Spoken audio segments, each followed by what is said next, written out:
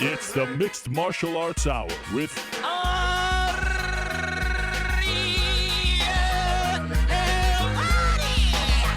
The Mixed Martial Arts Hour back in your life on this Monday, February 29th, 2016. Hello again, everyone. I'm Ariel Helwani inside our New York City studio, back from beautiful London, England. Home for around 48 hours, and then it is off to the carnival, the circus that is UFC 196. Can't wait for that. So much to discuss. What a week in our beloved sport. Wow. Pretty much from the moment last week's show ended up until Saturday night in England, it has been a whirlwind. From Torrance, California, to Stockton, California, to Los Angeles, a lot going on in California, to all the way in England. It was strange being in England because it felt like, at least for the first couple days there, everyone's attention was on Conor McGregor versus Nate Diaz. Of course, you know by now that Conor McGregor is fighting Nate Diaz and not Rafael dos Anjos on Saturday night. The fight will be taking place at 170 pounds. As crazy as that sounds, that's actually happening. Dos Anjos breaking his foot 2 Fridays ago, forced to withdraw from the fight on Monday. The UFC scours the roster, but it was always the Nate Diaz show. That's what they wanted from the get-go. That's who they wanted, and that's what they got. Press conference on Wednesday, as advertised. A lot of fun to watch. And then it sort of quieted down a little bit. Focus turned to England. And the main event, of course, Michael Bisping against Anderson Silva. Years in the making, and wouldn't you know it, finally Michael Bisping gets over the hump. He defeats Anderson Silva in a fascinating fight, a captivating fight, an exhausting fight, but he got it done on his home soil, and it was a lot of fun to cover in person. Hope you enjoyed our coverage of UFC Fight Night London all week long. It felt like I was in Detroit. I'm not going to be one of these media guys who complains, but we were kind of tucked away. I didn't see anything about London, but I was really happy with our coverage there. Got a Dana White interview, got the walk and talk with Bisping, which I really enjoyed as well. Got some great post-fight stuff. So that's all that matters to me. But I might as well have been, anywhere in America, Iowa. I mean, really, I was in a tiny hotel room most of the time. It was fun, though. It's always fun to go to those European events. The fans are so passionate. I thank each and every one of the fans that came up to me. It seems like for some reason, I don't know, maybe it's because they don't get as many shows there. They're just so passionate and thankful and loyal. They come up to me. They show me on their phone that they listen to the show. I really appreciate it. So all the fans that I saw, all of them who said nice things about me, and believe it or not, New York Rick as well, we appreciate it greatly. And we thank you for watching the show each and every week. Happy Carlos Condit Day. If you recall, last time Carlos Condit was on this program, he told the world that Carlos Condit Day is February 29th. So you only get it once every 4 years. That's how special it is. Holly Holm got a month. He got a day on a leap year. So today is Carlos Condit Day. So happy Carlos Condit Day. If you're celebrating in the 505 or anywhere else around the world, enjoy it, and enjoy it responsibly. What a show we have for all of you. There is so much to discuss, so let us not waste any more time and get right to it. I cannot wait for today's show, as I said. Fun stuff. Let me see here before I begin. I just like to make sure my internet's a little slow. Are we streaming? Everything good? There I am. Yes. Sexy as always. Blueberries on the table as well. Did you notice that? Thank you to my friends from Montreal who stopped by earlier today and hooked us up with that. Ricky and Jamie. Okay, today's show. Around 4 o'clock, we'll hear from you. Hit us up. As always, like I said, a lot to discuss. Hashtag the MMA Hour. Question or comment in the comment section below. You know the drill by now. At around 3:45, we're going to hear from Mike Winkeljohn, head coach for one Holly Holm. Big weekend for her. Y'all must have forgot Holly Holm is fighting this weekend. It's all been about Conor McGregor and Nate Diaz, but we got Holly Holm in her first fight since her win over Ronda Rousey this weekend as well against Miesha Tate. Mike Winkeljohn stops by. A lot going on in the world of Jackson Wink. At around 3:25, the aforementioned Holly Holm is stopping by. How about that? The UFC's women's bantamweight champion will stop by to talk all things 196. 3:05, we're going to talk to Herb Dean. Lots to discuss with the referee. Third round, what happened there? Bisping, Silva. He was the man in the cage. He was that third man. Talk to him about that and a whole lot more. 2:45, we'll talk to the one and only Ido Portal, Conor McGregor's movement coach. He is back.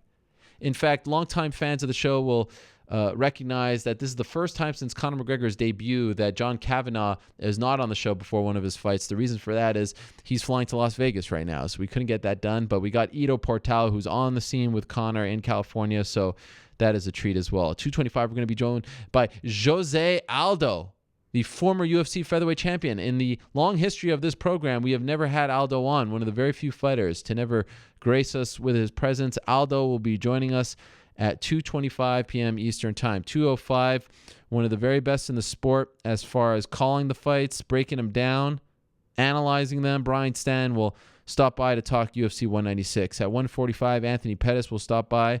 Haven't heard much from him since his loss to Eddie Alvarez. 1:25, the fired-up Frankie Edgar will stop by. He was in the news all week long as well. It was a dizzying week in the world of mixed martial arts, like I said. Really one of those weeks that reminds you how much fun it is to cover this sport, how unique it is. Imagine if there was a huge football game or basketball game, someone gets injured, they're just like, yeah, let's put in this guy, the fan favorite, the favorite team, whatever it is, and blow this whole thing up. It's crazy what we're about to embark on. Conor McGregor is fighting at 170 pounds. No titles on the line. He just fought at 145, and everyone's even more excited now. He's right.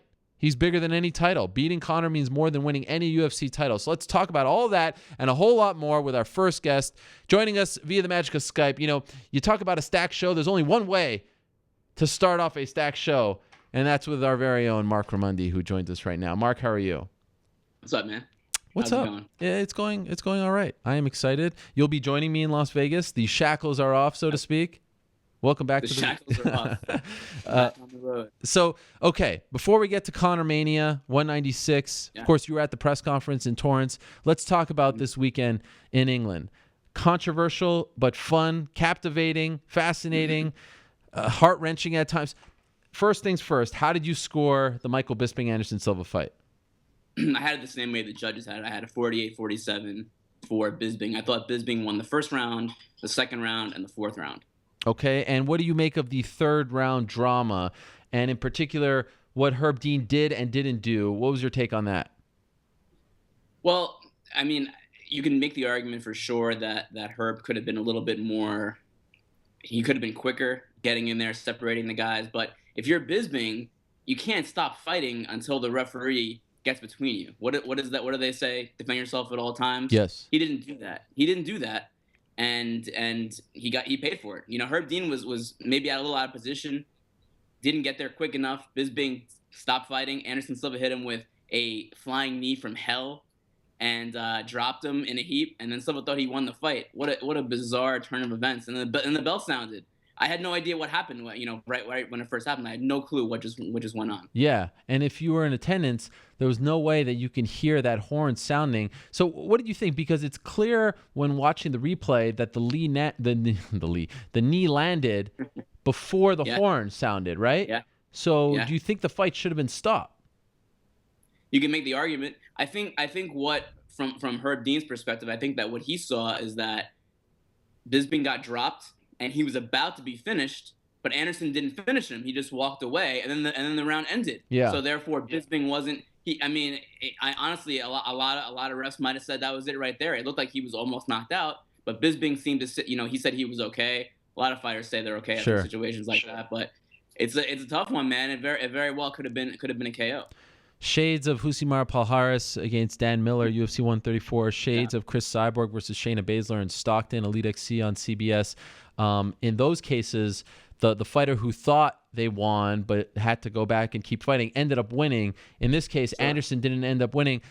He didn't speak to the media, but that's got to be a mental, letdown. Like you were like, I won. You're celebrating. You're on top of the cage. Finally, I'm back on track. And then you got to go out for the fourth round. Bisping won the fourth.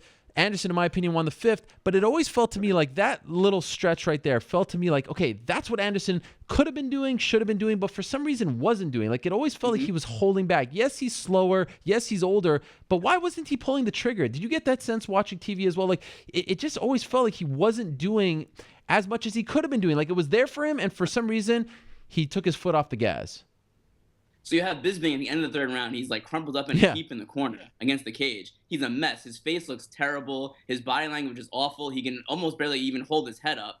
And then in the fourth round, Silva does almost nothing. Yeah. And Bisping wins the round. He never turned it on. He never had that killer instinct. And part of me wonders, like, even in the first and second rounds, like, was he really trying? It almost looked like he was more concerned with putting on like a fun show than actually trying to win the fight. He had opportunities to finish. Also in the fifth round, he hit him with that front kick to the face, which jarred Bisping, and then he never went in for the kill. He never went in to try to finish him. He just kind of hung out and kind of at the end of the fight in the last like 30 seconds, he kind of like circled away, didn't even engage. He had to win. I mean, he was in a position where he had to finish that fight. A lot of people had it scored for Bisping up until that point, even if Silva won the fifth round. So I don't know. I'm not really sure what he was thinking. I think that he just wanted to have fun and maybe just put on a show. Maybe he was more concerned with putting on an entertaining show than actually winning the fight. Back in the day, he was able to get away with that because he was a little quicker, he was younger. He can't get away with that anymore. It's clear that he's a step slower, but I still felt like he almost lost the fight for himself. And again, I don't want to take anything away from Michael Bisping. He fought the fight of his life, showed tremendous heart, kept coming, and was tagging him with shots. And even, Bisping's always been accused of not having power. Well, he rocked Anderson Silva a couple times, but still felt like Anderson was holding back. Now, here's the interesting thing. End of the third round, that controversial moment, and this, I thought of this, and I want to get your take on this as well. You notice that once we reach the point where there's 10 seconds left in the round, they get rid of the clock, right? They get rid of the clock on TV. Why do they do this? This is the most crucial part of the round. It's like, can you imagine that NBA game on Saturday with Steph Curry and they get rid of the clock with 10 seconds left? Yes, I know that there's a human element to it, but it's 2016. Right. Don't we need the clock? Why are they getting rid of the clock with 10 seconds left? Do you have any idea why? It really bugs me, and I feel like they should fix this. I think the reason, the rationale behind that is because the clock on TV is not 100% to the millisecond lined up with the actual commission clock at the arena. But it's 2016. Let's sync these bad boys up. They do it all over the world with sports, right? Basketball, football, right? Hockey. It should be done. Well, because just for the viewer experience. Yeah, but also then we would have known, was it actually, did it land before the buzzer sound? You know what I mean? Is this an important thing? Like in the NBA, when someone lets go of a shot, you can see it to the tenth of a second whether or not the shot was on the guy's fingers or not. Right. I don't know. This is something that really came to mind after the fact. It doesn't happen very often, It's just a freak thing. But by the way, it happened twice on Saturday. Arnold Allen as well. Everyone thought that he won. Right? So it actually happened twice. Now he ended up winning. No controversy there. But these things are going to happen the more fights are put on. Okay, so I was surprised Bisping didn't go on the mic, say, Dan Hardy, you stand over there. It's my time. I've won 3 in a row. I just beat the supposed greatest of all time. Finally, can I get my damn title shot? He said afterwards he was relieved. He got over the hump. Finally, there was a lot of emotions. He was clearly very emotional, but he never actually campaigned for the title shot. Were you surprised that he didn't do so? Yeah, because everything that you heard all week from him, including in the interview, the very good interview you did with him, that walk around London. Yes. All that he was saying was that he wanted his title shot. Like, that it's been about time. It's been 10 years. This was the fight to get him there. This was the fight that he didn't win in his career, the big fight. The criticism has always been, and he acknowledges that he can't win the big one to get him over the hump. Well, this was that one, but he didn't really campaign for the title shot. But I think I know why. Why? I think I know why. Why? Because maybe there's a bigger fight out there for him. Nick Diaz? Maybe there's a guy from Stockton, California, coming off suspension in August, who is a bigger fight than the title fight from Michael Bisping. How about that? Okay, it's a very good point, and I see them going back and forth on Twitter. Yeah. But this is a lifetime's work for Michael Bisping. He's been searching for this title. He will go down, if he never fights for the belt, as the greatest UFC fighter to never fight for the belt. Do you agree with that? I'm not talking about not win the belt. Never fight for the belt. Yeah. You got to do it now. Now's the time. You just beat Anderson Silva. Forget about Nick Diaz. Well, I think that personally, Rockhold and Weidman are going to fight at UFC 199 most likely in June. Sure. If Rockhold wins that fight, I really don't have any interest in seeing Bisping fight Rockhold again. I think that was a wash. That was a blowout. He got headbutted. Wasn't close. He got headbutted. Come on. That's what he says. That's fine. I love Bisping, but I don't think he's at that level right now. He's 36 years old. Rockhold to me has the potential to be like a dominant champion. If he can get by Weidman, who knows what's gonna happen in that fight. But if Weidman wins, okay, I can see, sure, put Bisping in there. He has as good of a case as anyone. If Rockhold wins, I mean, I don't know if that would be a sellable fight. I mean, Bisping would try his damn best to sell it with his mouth, and he would do a good job. But as far as actually in the cage, I'm not sure who would really. I want to there's see no it. unfinished business there. He completely blew him out. Yeah, he got headbutted. There's the unfinished business. I want to see it. He's been in the UFC for 10 years. Okay, so you if you're in charge, you're doing He also Bisping got Diaz? hit by accident with a lot of knees and kicks and Yes. guillotines. It was a It's amazing how that happened. it was a robbery. So you're doing Bisping Diaz if you're Joe Silva? Oh, absolutely. What Or do Bisping Musasi. I like both of those fights. Can we talk about the new Musasi for a second? I mean, Oh, I love the new Musasi. first of all, Why is he on the show today?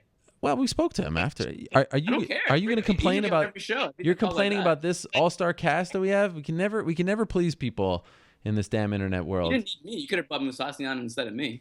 That's Who the hell wants to see me? very good point, and I agree. But he had the shirt. He's going off on the 15-year-old looking Lyoto Machida, swearing. Now, sure, the fight wasn't the most exciting fight, but he did what he had to do to win. I thought the jab looked great. He beat up Talis Ladies, and he brings up a great point. Bisping had trouble with Talis Ladies. He had looked good prior to that fight. That was a solid comeback win after the first knockout loss of his career. I had no problem with what Gegard Mousasi did on Saturday, but I will say this. That crowd in London, by the way, very disappointing.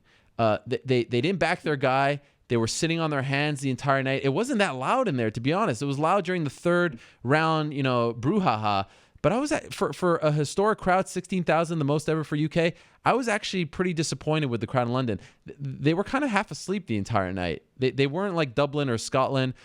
Those people need to remember why the UFC. I mean, let's be honest. It wasn't anything to glow about. I had to say that. Sorry. Maybe You some also just Musasi. compared London to Detroit a few minutes ago, so That's true. you may not Shoot. want to go back there Damn. for a little while. And they showed me You may want to stay away. an immense. I was just saying I could have been anywhere. I'm not saying. And what's your problem with Detroit? I mean, London compared to Detroit? I'm just saying we could have been anywhere. Anyway, okay. So what do you do with Anderson? Sorry for interrupting I think your there's a lot coffee. of options for him. Honestly, I think that. I mean, I don't want to say that I was impressed with him, but I think what he came out with actually somewhat exceeded my expectations. Even Really? though he didn't win the fight, he did a lot of damage to Bisping. If you're scoring on pride rules, he probably wins that fight. He's the one who did the more damage throughout the fight, sure. But I mean, I think that we have to look at that Vitor versus Jacare fight in May, and I think if Vitor loses that fight, maybe even if he wins that fight, I think that an Anderson Vitor fight in Brazil would be great. That would be good. Both guys are legends there. They're toward the end of their career. Brazil needs a really, really big main event. I think that would be huge. You could do that in a soccer stadium. That would be a really big deal. So that, I think, for me, would be my first choice. I know Vitor I think he might have turned it down. I saw some reports that he turned down the fight against Anderson earlier this year, but you gotta run that one back. That's a great fight. No Tim Kennedy? You're not down with that? He's been campaigning. I mean that's one of the options, but if you're talking about historical significance, biggest draw, especially in Brazil, Anderson versus Vitor are the two most popular fighters ever from Brazil. That would be pretty cool. Well, good for Michael Bisping. Again, sucks that people are like, oh, he got robbed. Silva's controversial. I really thought it was pretty cut and dry, 3-2. But this stuff is always going to happen. It was nice that he got his moment, that he got over the hump. It was weird being there. I got to say, it felt like no one was paying attention to what was happening. And this was such a big deal and such a great main event and cool story of Anderson coming back to London and, the journey for Bisping. But now we turn our attention to 196. And you were at that press conference in Torrance at the UFC gym. An unbelievable scene. Diaz and Conor. And yes, it looked a little, cobbled together, but I thought that's what made it so special. No backdrop. You got the security guards behind them. I mean, it was just, it felt like a boxing pay-per-view, like anything, a boxing press conference, like anything could happen. It was just, it was captivating to watch. What was it like being there though? What was the scene like actually being there? Yeah, it was chaotic. And I mean, kudos to the UFC because they have this open workout plan at UFC gym where it's a whole different format where the guys are going to get in the octagon, they're going to do workouts, then they're going to, the fans are going to watch them take pictures, then they're going to come in to the back and do, scrums with reporters. So when Dos Anjos dropped out, they had to call an audible really quick, and it happened, in a matter of hours. They made it into a press conference, and it's obvious why they made it into a press conference, because who wants to see Nate Diaz and Conor McGregor just work out? They want to see them, go head to head in a press conference setting. So it was a brilliant stroke by the UFC to put that together.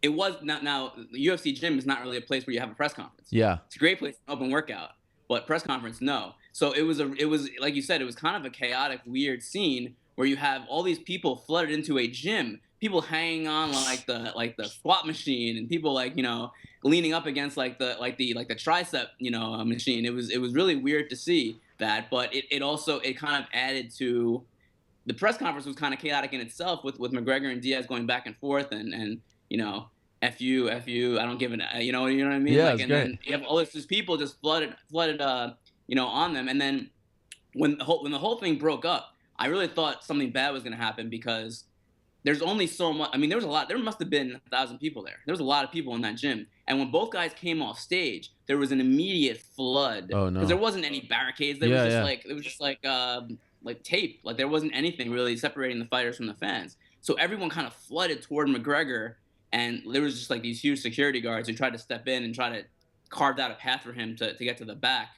And Nate kind of went out the front, and he was just mobbed with people. I put up a video on my Instagram. It was like Justin Bieber was there or something. Like, he was like a pop star. Like, a bunch of people just flooded Nate as he was leaving, and Nick too. They were both there. I've never actually seen, fighters treated like A-list celebrities like that, but that's what it was like. And then Conor went out the back way and got into an SUV, and there were just hundreds of people mobbing the SUV, like trying to like touch him. It was nuts. It was crazy. If that day that press conference was around in a fight, who would you score it for? Oh, I mean, McGregor, obviously. Was it a 10-9? Was it a 10-8? Was it a 10-9? What would you give? It might have been a 10-8. Wow. But I think. Well, listen, they have two very distinct styles when it comes to promoting fights. And when you go head to head like that, Conor almost always comes out ahead because he's so quick and he's so witty. And I feel like he does have some stuff prepared for the press conference too. Like, I thought it was a huge bomb when Nate said everyone's on steroids. Yeah.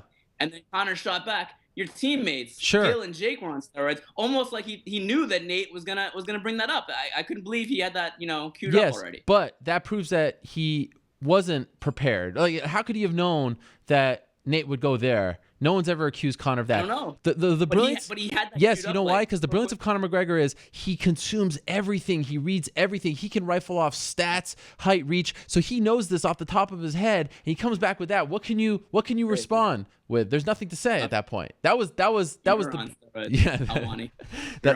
great. It was fun to watch, and the back and forth. I think people sometimes confuse Nate and Nick. Nick has thrived in that setting, the press conference setting, GSP going back and forth. Nate's never been that guy, really. He gets on the mic after a fight, like in Orlando in December. He goes off the cuff for like 30 seconds. That's his thing. But the press conference setting, not really his thing. I thought he held his own. I'm curious. This is a little inside baseball here, but as of this second, if you look at the PR schedule for this week, there is no other press conference. It's a media day. It's a workout. Is that a mistake? That was such a success for the UFC. Over 2 million views on YouTube. Who knows on UFC.com? Should they go for round 2 to help build this up one more time before the fight? Well, maybe they'll tweak it. Maybe they'll do something. Would you, different, or should you keep it as that and now do the other stuff? Would you, if you're in charge? Personally, I don't mind, because press conferences, I feel like I never get like a real answer from guys, so I like the other stuff. Fair. That's just a selfish personal thing. Yeah. But yeah, I mean, to that point, to promote the fight, you may want to do that again. But again, I think that's already been done. I think the McGregor-Diaz dynamic has been done in that setting. It's not a bad idea to do it in a different setting, and you still have the face-off that people are really going to be interested in seeing. Those face-offs this week are going to be very intense. I hope no one gets into a fight. I hope Schaller eats his Wheaties and gets behind, in between those guys. I agree with you. You probably get better stuff at the media days. I think you got to go with round 2. that press conference was must-see TV. Everyone wanted to watch it, and I think given how successful the first one was, and now Nate's had a little more time to get comfortable, and certainly Conor will thrive and rise to the occasion. I think you got to go. I think you do a press conference with those two alone. You don't put Holly Holm and Misha Tate up there, and then you do the media day with the rest so that they get their shine as well. That's what I would do if I was in charge. How do you like them apples? Can't hurt. Okay. It can't hurt to do that again. We have a lot of time to break this down because you're going to be in Vegas, but let's end on this. Yeah. UFC 196, now that it has Nate Diaz instead of RDA.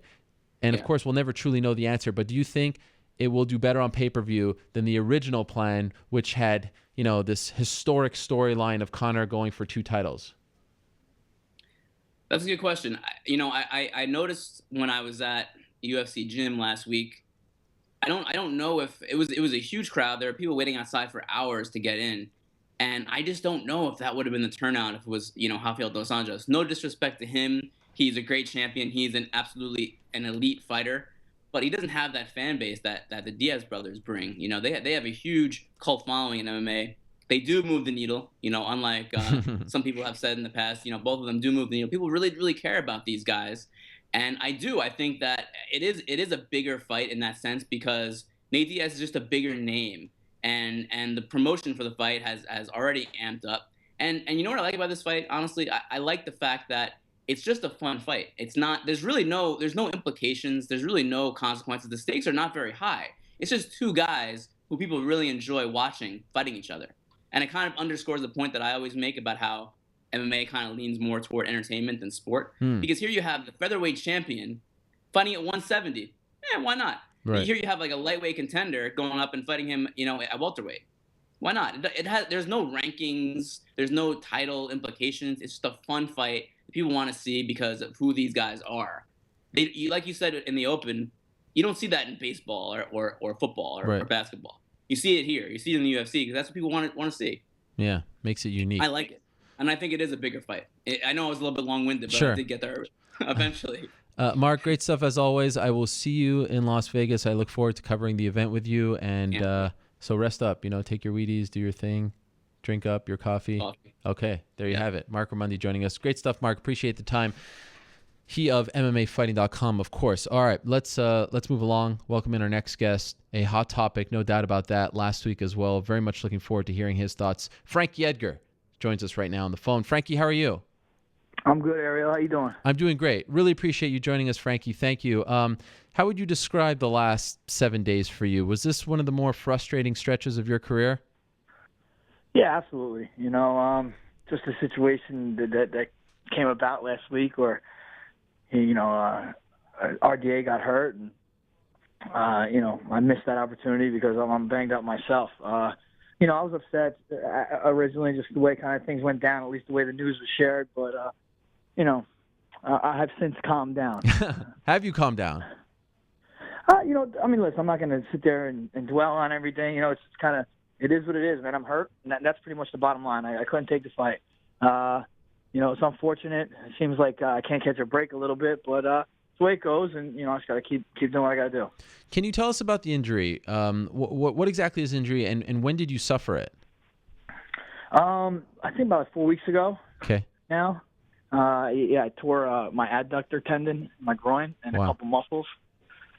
It was. I've been having some issues with that area for a while. I had actually 2 epidurals for it. But that was just from kind of like overuse and just the inflammation in the area. And this time something finally, I actually tore it. It popped. I heard it. So I've been nursing that. What were you doing? What were you doing when you? Just rolling. Oh wow. Just rolling jiu-jitsu. Yeah, I was elevating someone on my butt, elevating someone, and it snapped. I heard that a groin injury of any kind, in particular a torn groin, is incredibly painful. What was this like? How does this feel? Yeah, the first week I was having a hard time sitting on the toilet. Wow. But it got better, and I like to stay doing something. I have to stay doing something because I'll go crazy, and I'm just doing what I can. Obviously I can't roll, I can't wrestle, I can't spar. I can hit mitts a little bit. And I've been lifting weights, just doing what I could do to keeps in somewhat shape. Be honest, I'm kind of surprised on how long it's just keeping me out. Most of my injuries in the past have been like overuse injuries where I've, bolts disc and nerve pain. This was actually something that actually happened where it popped. So I thought I'd be more ahead of where I am now. But because again, I don't like to be stagnant too long. So I thought I'd be back training a little more than I am. But it's the way it goes. So when you injured your groin, did the thought ever cross your mind like, shit, Conor's fighting soon, RDA's fighting soon. You always kind of want to be ready, especially when the guy that you're in the vicinity of is fighting. Did you think at all like this? I'm in the off season here. I don't have a fight scheduled, but it's always good to be healthy. Did that thought cross your mind at all when you injured yourself? It didn't. It was up at 55. It was. I just thought RDA was gonna.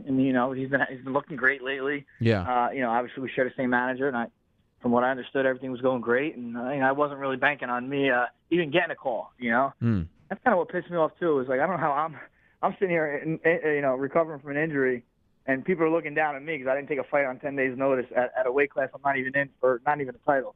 I just that's kind of what got under my skin.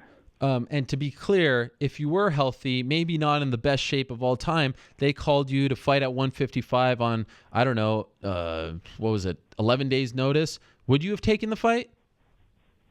I would have. I was even enticing the idea of taking it now, but luckily I didn't, man. I'm in no shape to be fighting, or training, to be honest. But if I was healthy and even half-ass training, for sure I would have taken that fight. Okay, so you get the call when? Monday, or when were you offered the fight? I believe it was a Tuesday. Okay, it was Tuesday night. Who calls you? Does your manager Ali call you, or Dana White himself? Ali called me. He said it was within text that they said, would Frankie take the fight at 55? Okay. And how is that gut wrenching? Yeah. I was upset, man. I was. I just I've been waiting for this opportunity. Here it comes, and I just can't take it.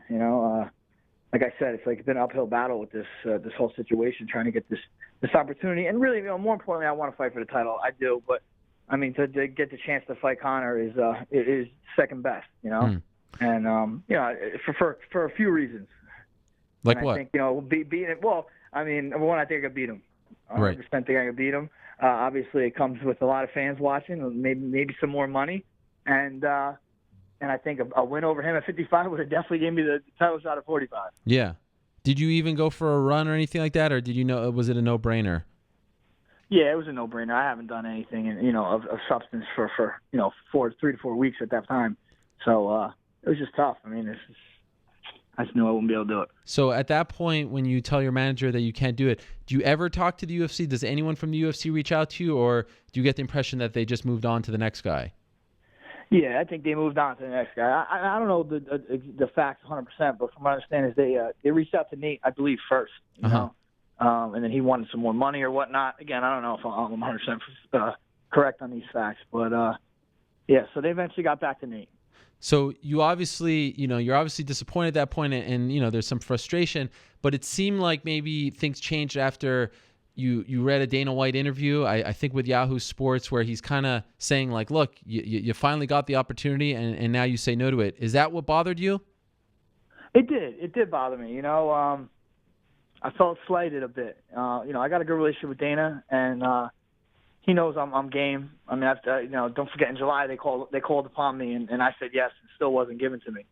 So when how he conveyed the news, I was a little upset. But I talked to him since then, and I get it. He was on SportsCenter or whatever for 3 minutes, and they asked him some questions, and he answered them. I guess it sounded like I just sounded like he was taking a little shot at me. That's all. But it's all good now. So did you actually reach out to him, or afterwards? Did you say like, yo, man, what's going on? Or did he reach out to you to clear it up? How'd that go down? Yeah, he reached out to me. Through text. We had a conversation through text, but it's all good. I mean, a lot of moving parts in this game. So, there's always going to be things that you don't like that go your way, The interview that you did with my colleague Chuck Mindenhall certainly caused quite the stir.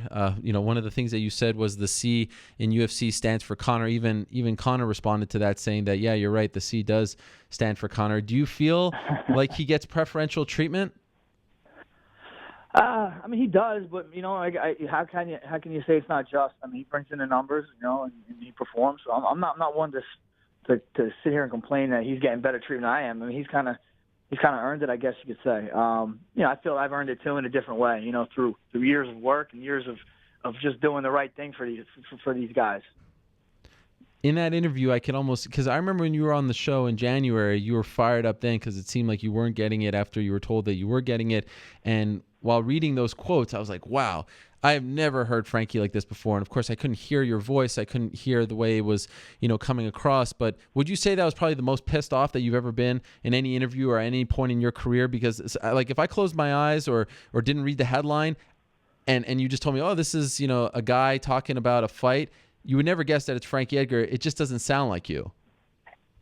Yeah, I definitely was the most pissed off, at least in an interview. And, I mean, look, this is the way this sport's going. You got to talk. You got to speak up for what you want, and you got to get people interested in the cause you're fighting for.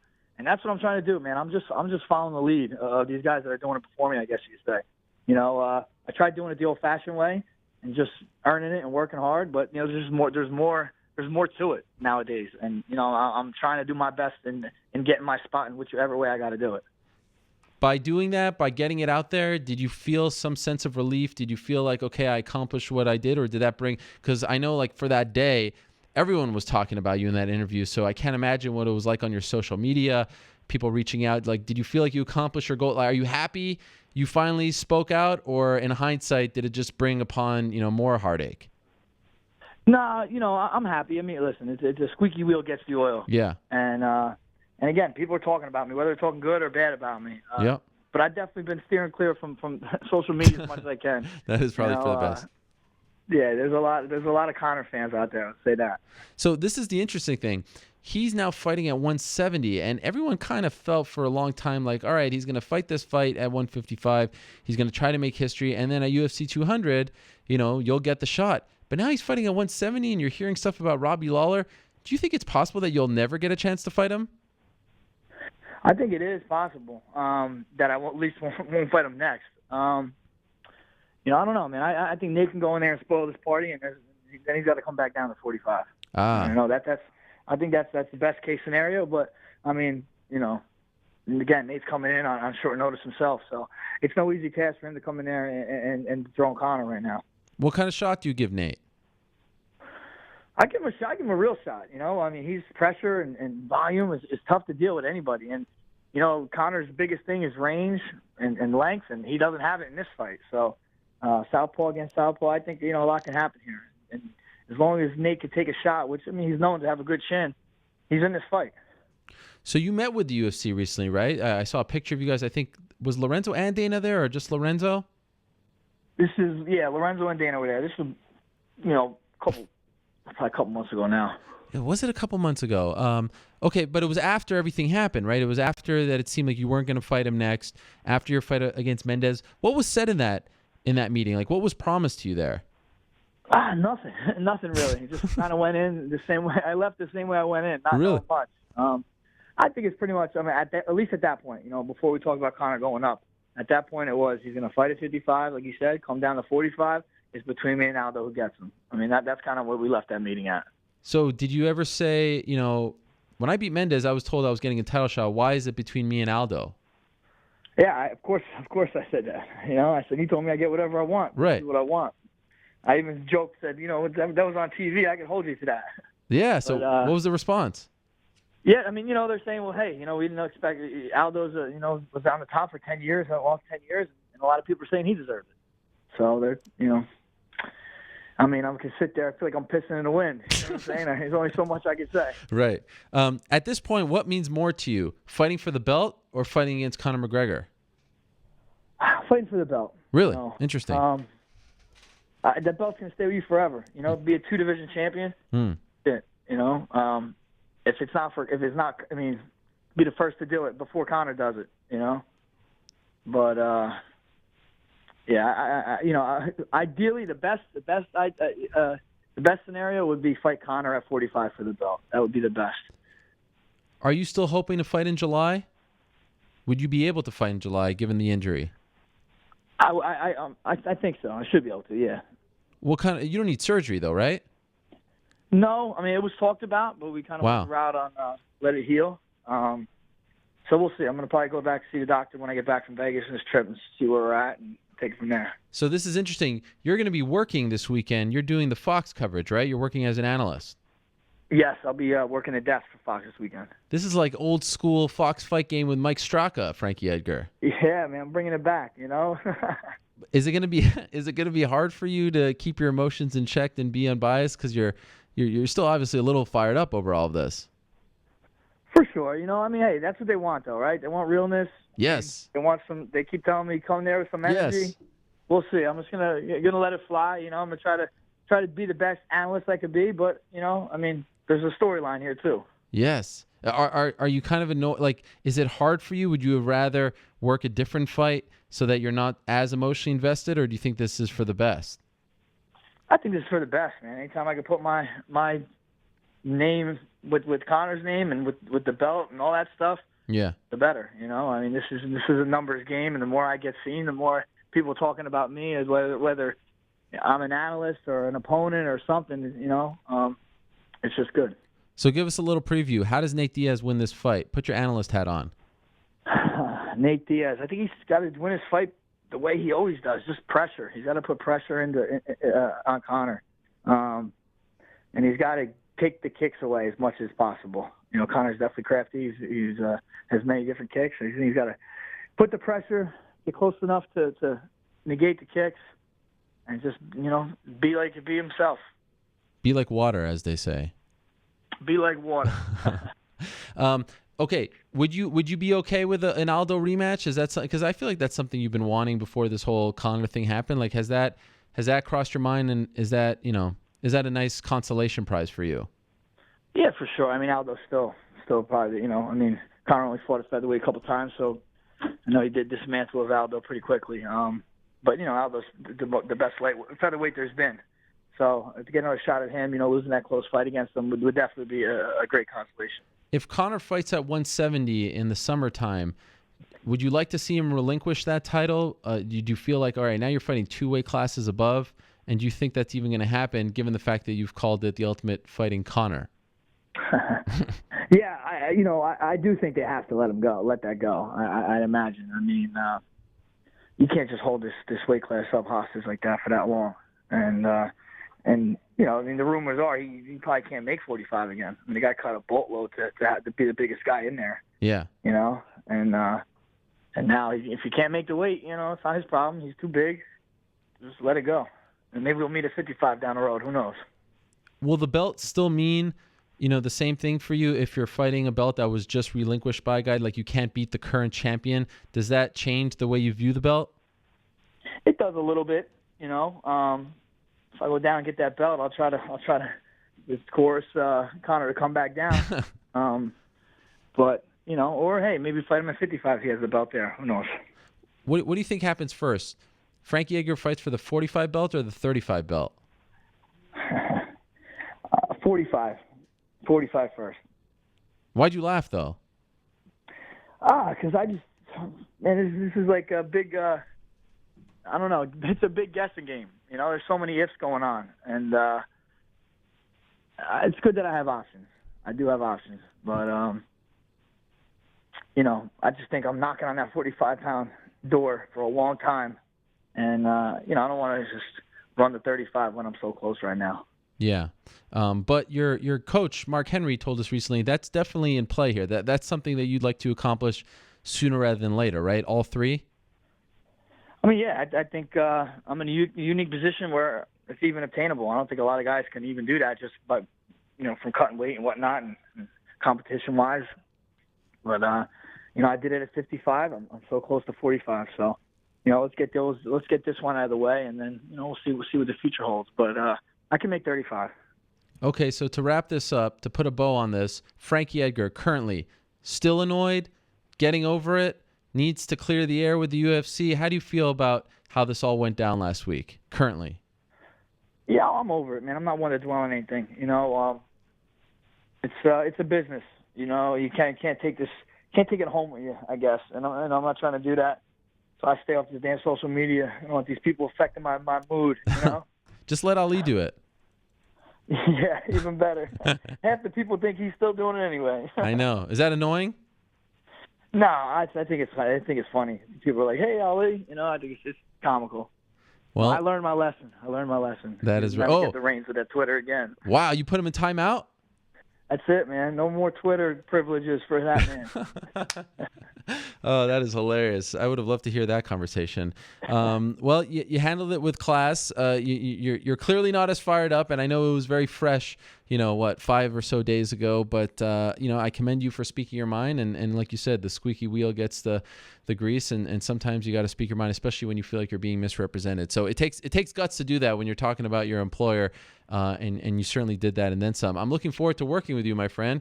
We'll be working together. Yeah, man, you're gonna have to give me some industry pointers here before we get going. You don't. You are an understudy of the great Mike Straka. You don't need any tips from me. That is true. That is true. It's going to be fun, and I want to see you bring the heat. Don't hold back when that red light comes on. Bring the damn heat. We're coming. All right. Thank you, Frankie. Appreciate the time. We'll see you out there. Brother. Thank you. There he is, Frankie Edgar, joining us. A little less fired up than he was a few days ago when he spoke to my man Chuck Mindenhall, but clearly still feeling, look, you get that opportunity. I personally think that beating Conor McGregor, fighting Conor McGregor, as Conor said last week, is bigger than any title at this point. That just, goes to show just how powerful and how popular he is these days. But you respect the fact that he wants that belt as well. And I look forward to hearing his coverage this weekend from Las Vegas. Okay, let's go and move along now to our next guest. He is joining us. He just found out not that long ago that he'll be fighting Edson Barbosa in April, but his name was very much in the news last week as well. We're talking to Anthony Showtime Pettis right now. Anthony, how are you? I'm good, man. How you doing? I'm doing great. Thank you for the time. So, like I said, you were in the news last week as well. Your reaction when you found out that RDA was out, Conor was available, did you think right away, oh, this is something I want to go after? Because you were campaigning on Twitter. Yeah, most definitely. I mean, I knew once they found out, RDA was hurt, they would need a replacement. And I thought I was like the only guy that could make 155 at that time. So I thought I had a pretty good chance of, getting my name right back in the mix and staying busy. So now I was already in training camp. I was supposed to fight Nate Diaz in April, and then he didn't sign the contract. So that's why Barboza stepped up and signed the contract. So I was in camp, I was ready, and the opportunity presented itself, so I put my name out there. Okay, a lot to unpack there. Let's stick with the Conor thing for a second. Did you ever have a conversation with UFC, or your manager, Malky, have a conversation with UFC? Like, how close did it get for you? Yeah, I spoke to Dana, I spoke to Joe Silva. I mean, it was all up to him, honestly. They said, RDA pulled out. They're not going to make him fight anybody. They're going to let him choose who he wants to fight. And I figured he wouldn't pick me, so I was a little excited about it, but I mean there was easier opponents and easier guys for him to fight. Right. So you think he took the easier fight? I mean, Diaz is a tough fight at 170. Going from 45 to 170, that's a huge jump right there. So I wouldn't say top 10 lightweights. No one's easy, but I mean there's quicker routes and easier ways to move. But I wouldn't say it's like an easy fight for him. It's just besides fighting me and on Cowboy, Cowboy just coming off of camp. Diaz was just sitting right there for picking.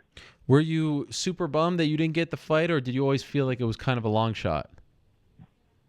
A little bit of both. I mean, I definitely wanted to jump right back in there and fight again, but I figured it was a long shot. I mean, if it was his choice, I mean, I'm sure he was gonna pick me out of everybody. Now, I had heard that you were in talks, or at least the idea was thrown out for you to sort of save that Super Bowl weekend card and keep it 196 against Diaz. Was that ever brought up to you? Yeah, that was brought up. That was the weekend right after my right after my fight. Yep. The injury happened, and they gave the call. Dana actually called me and asked if I was ready to fight that quick. I wanted to do it, but my coaches, Duke gave me different advice. So I'm always gonna ride with my coaches, and he's like, yo, it's too quick. Let's just sit down, have a camp, and get our mind right, and go back after it. Why did you want to do it? Why did you want to come back so soon? I mean, the Eddie Alvarez fight, man, it wasn't even like it was frustrating to have. It's like some guy holds you in the cage for 3 rounds, and you lose a fight. And it definitely was my responsibility to get off the cage and make the fight happen. But his whole game plan was just to hold me in that cage. And coming off that fight like that, watching the fight, it's just frustrating to see. So obviously, I'm assuming no major injuries coming out of that fight, right? Yeah, nothing. I was good. I was healthy. Nothing at all really. I mean, I came back out. Face was perfect the next day, and body felt good. So why did Duke say no? Why did he feel like it wasn't smart for you to take that fight? I have no idea. I mean, I asked Duke, I asked Israel Martinez. Izzy was a little more on the, maybe let's try it. It could happen. And Duke just said, he's like, let's not rush it. He's like, you got a lot to lose. Let's not rush you right back into the octagon. Take your time and have a good camp and just keep getting better. I think a little bit had to do with, going from the elbow injury right to a training camp to fight Eddie Alvarez. I never gave myself time to just get better. Did he feel the same about you taking a short notice fight against Conor? No. I mean, that was a long time after we've been training. We've, been in camp. We had a date already. Okay. So I think he was, a little more comfortable with me, taking that fight. And so you also mentioned that you were supposed to fight Nate in April. Of course, now you're fighting Edson Barbosa. What happened there? I don't know. I guess Nate just stopped answering his phone calls, and I signed the contract, and I'm sitting here thinking I had the date all set, and all of a sudden Joe Silva calls and says, that's not the case, and they were trying to find me another opponent, and Edson was the only guy that was available, so I said, let's set it up. So you actually signed a physical contract with Nate's name on it? Yes. Wow. I signed the contract right when I got it, and it just it fell through somehow. I don't know. I guess he said from what I heard, he just stopped answering the phone. Like, I guess he didn't want to fight after he found out that we didn't. You still there? Yeah, I'm here. Can you hear me? Yeah. You broke up. You said you guessed. I said yeah. So what I was told was he just stopped answering the phone. Wow. Did Edson feel like a good plan B, or are you upset that you have to fight Edson as opposed to Nate? No, I think Edson's a great fighter, man. I mean, he's one of them scary top 10 dudes in the lightweight division. So I'm excited to have another tough guy in front of me. And Edson's not going to try holding me down on the cage. This guy's going to come to fight. So what? Yeah, because I haven't heard many interviews with you since the, if any, since the Eddie Alvarez fight. Did you feel like? I mean, you said what you just said about the actual fight and his game plan, but in hindsight, why couldn't you get rid of it? Like, why couldn't you avoid him? Why couldn't you get out of those traps? What do you feel like you did wrong that put yourself in that position?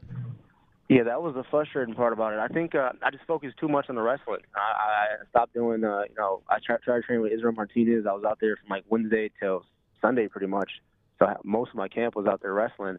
And, I'm not a wrestler. I'm not going to catch up to these wrestler guys. I just got to go back to how I used to do it. To avoid the wrestling with knees and sprawling and my striking, not trying to become a wrestler and avoid wrestling with these positions. He felt, a lot stronger than me, and that was another issue I had to address right away. I just didn't feel as strong as I used to feel in the octagon, so went back to strength and conditioning, wrestling. So I think Eddie got me, just not consuming myself trying to become this wrestler. I never was that wrestler. I was just always an MMA fighter, a complete fighter, and I kind of got away from that. I let people talk me into trying to wrestle.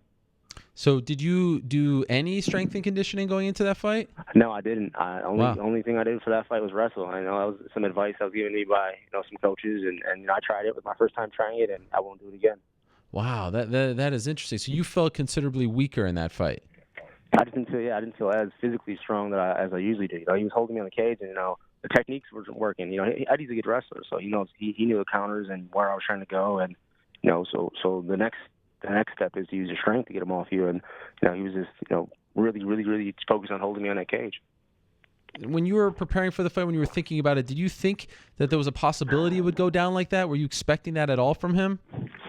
I didn't think he was going to hold me in the cage. I thought he would shoot more open mat double legs and singles and try to give me my butt that way. But I don't think he really even shot. Really, he just kind of just walked me to the cage the whole time and just worked from there. Mm-hmm. And after the first round, I felt like he was already gassed out. He was tired and he stopped really exchanging with me. But then I wasn't exchanging with him as well. So there was just a lot of little things that I need to tweak and get better. Did that remind you of the Clay Guida fight? It kind of felt like that was shades. Like, was that the last time you felt so frustrated in a fight? Yeah, a little bit. I mean, I guess the Guida fight, at least I was attacking off my back, and I felt like things were happening. And even though he wasn't this guy was just really holding me on the cage. Like that was his whole job, was holding me on the cage. Yeah, and so it felt to me like watching the Guida fight all over again. But you actually felt like you got more offense in the Guida fight. I felt like there was more scrambling. I was shooting up arm bars, I was shooting up positions, and we were on the open mat a little more. This guy, that wasn't so much the case. It was just him holding me on the cage, by my waist. I was waiting for the ref to step in and move it, but I guess that's the rules, and I gotta figure out how to make these rules work. What's that like when you prepare for a fight and then you go back to the locker room afterwards and you feel like the fight never actually happened? How do you deal with that? How do you cope with that mentally? No, I mean, I knew the fight happened. It's just frustrating because we know most guys' game plan is going to be shot. And I try to fight the wrestling with the wrestling, and I don't think that's the recipe for me.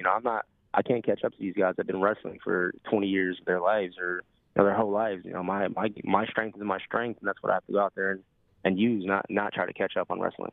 Mm-hmm. And so now you're fighting a guy like Edson. That has to be somewhat reassuring that he is coached by some of the same guys, but I feel like you'd be pretty shocked if he goes and does the same thing, or do you feel like everyone's going to try this now? That's not Edson's game. I feel like he's going to shoot a double. I mean, I feel like somehow this fight's he's going to try taking this fight to the mat. I mean, especially if he's listening to his coaches and these guys that I think Alvarez even trains out there with him. Yep. So I think he's definitely going to have a game plan that's not just straight striking. Who knows though? I guess my job is to get ready for anything. Will you still be training with Izzy Martinez? Yeah, for sure. Not as much. This fight's more of me getting back to my roots and trusting my corner and Duke again and just getting back to where I was at, man. I think it was a rough from the RDA fight to an injury to a training camp for Alvarez, and then it didn't go my way. A little rough spot for me right now, so I'm motivated. And of course, a year ago this time, you're still the UFC lightweight champion. Do you think about that a lot? Like how much has happened in the last year, and are you getting the sense that people are starting to doubt you and your legacy, and that what I mean? It's so much has happened so quickly. Definitely a lot changed in a year. I mean, going from being the best in the world to now I don't even know where I'm at, 4 or 5 or something like that. It definitely a lot changed, and I really stopped caring about what people think and legacy and all that stuff. It really just it's me in there. I gotta go out there and feel like myself again. When I feel like myself, I really felt unbeatable. In the last 2 fights, I haven't felt that just that comfortableness in that octagon again. So that's what I'm looking to get back. Do you stop do you stop going on social media and all that, or are you just blocking all that? I stopped listening to that a long time ago, man. I mean, I think that's part of the game. It's part of the phases as you go in there. You go to the top, everybody loves you, and you got a couple of haters, but then you drop one fight, and then the whole world is against you, and you gotta it's not good for your day. Waking up and reading some negative comments. I don't need that. I know what my goal is. I know what I've done in my career already. Every organization I fought in, I've got the belt. Now it's just getting back to that spot. How far? Do you think if you have a spectacular win over Edson, all is lost and you're right back in there, or do you think you're going to have to go on a bit of a run here? I don't know, man. I mean, the UFC is a weird place right now. I mean, you got guys like Nate Diaz getting this shot. Yeah. And then you got RDA's hurt, so it's a weird place right now to be a lightweight. And some guys are coming back, so I guess it just depends on who's active and who's fighting at the time. Who do you think wins, Nate or Conor? Based on the press conference that I watched, a little bit of it, man, Conor was way more confident. It was weird to see Nate like that. Nate uses that guy in your face and mugging, and this time he was like 4 feet away from Conor when the stare down happened. Wow. So I mean, it's definitely a short notice fight. It depends on what kind of shape Nate's in. If Nate's in decent shape to go 5 rounds, then it's going to be a tougher fight than I guess. I mean, it's not no easy fight for Conor, but I mean, somebody that's training for 5 rounds and somebody that wasn't training at all. That's the big difference. I mean, even Chad Mendes, Chad looked amazing in round 1 and then looked like a different person in round 2. Right. So, I mean, it all depends what kind of shape Nate Diaz is in. As someone who, excels in the striking game, do you appreciate Conor's striking, especially when with the kicks and everything? Can you acknowledge the fact that he is an elite striker and right now one of the very best? I think his hands are his strength. I mean, his kicks. His kicks are there just kind of disguised, but his left hand and his boxing is his strength. Mm-hmm. I mean, the kicks, he's throwing them, and they're not really doing too much. He's kind of still learning on how to spin and how to do all that stuff. But I think his hands is what makes up for it. The guys think about the kicks, and then he lands that big punch and lights out. So it worked for him in the 145 division. Let's just see how that power goes up into 170, 155. These guys are used to getting hit by big guys and powerful shots, all the time. Crazy. Okay, one last thing before I let you go. You're fighting UFC 197 April 23rd, and your brother is fighting on that card as well, right? Yes. I remember you telling me not too long ago you don't want that. You didn't like that when you guys did it last year. Why is it happening again? You know what, man? I just got back to who cares, man. I mean, it's not. There's no luck. There's no like superstition to this. I mean, it's a fight's a fight. He goes in there, he fights his fight. I go in there and fight my fight. The opportunity presented itself, and I'm in my mindset where I'm at right now.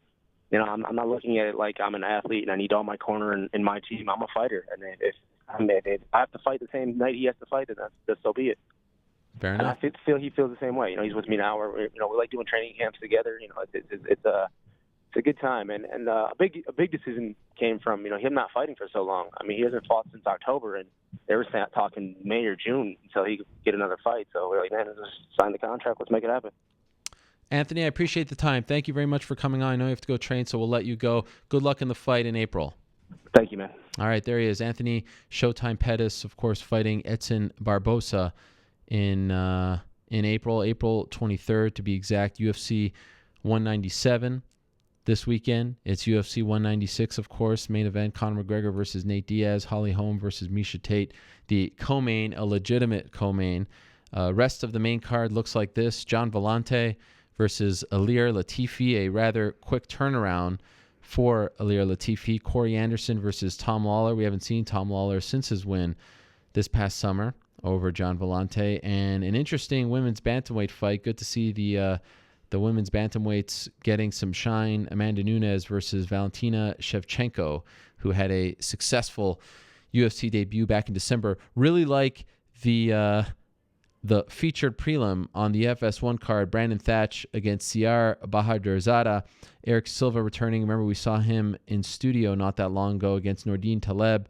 Vitor Miranda against Marcelo Guimarães. And Darren Elkins versus Chas Skelly. I should just run down the rest of the card here. This is interesting. Fight Pass prelims. Diego Sanchez against Jim Miller. That's the Fight Pass prelim, quote-unquote, main event. So once again, Eric Winter, who you heard from on this program last week, the SVP and general manager of UFC Fight Pass, getting a pretty big fight early on in the evening. I think it's brilliant. Good for him. Justin Salas against Jason Sago, and Julian Arosa against Teruto Ishihara, I should say. So that is the UFC 196 card this weekend in Las Vegas. And, I just want to say it was interesting. It was interesting in London. I was surprised at the love that Silva got. And look, he's fought there before. He had a nice run in Cage Rage. His last win against Tony Fricklin came 10 years ago. He fought on some big cards there. Fought, of course, against Lee Murray. So people remember him. I get that. He's a legend. He doesn't fight there. It was special. I just felt like they didn't get behind their guy. There was no chanting. There was no singing. And maybe it was because the night was a little slow. The fights went back to back to back. But I don't know. I was expecting more out of the London crowd. I had a funny thing happen to me. I was sitting on press row. This was a different one because I wasn't working for Fox. So I wasn't in the back. I actually got to watch the fights in person. And I'm sitting on press row, and I shouldn't even be giving this moron any attention, but it was funny to me. Sitting in the back, this guy comes up to me, seemed a little bit drunk, and he's holding his phone like this up to my face. He's pretty close to me. And he goes, "Hey, Ariel, let me ask you a question." I was like, "Yeah, sure. Go ahead." I like to interact with the fans. Love the fans. They're all very nice to me.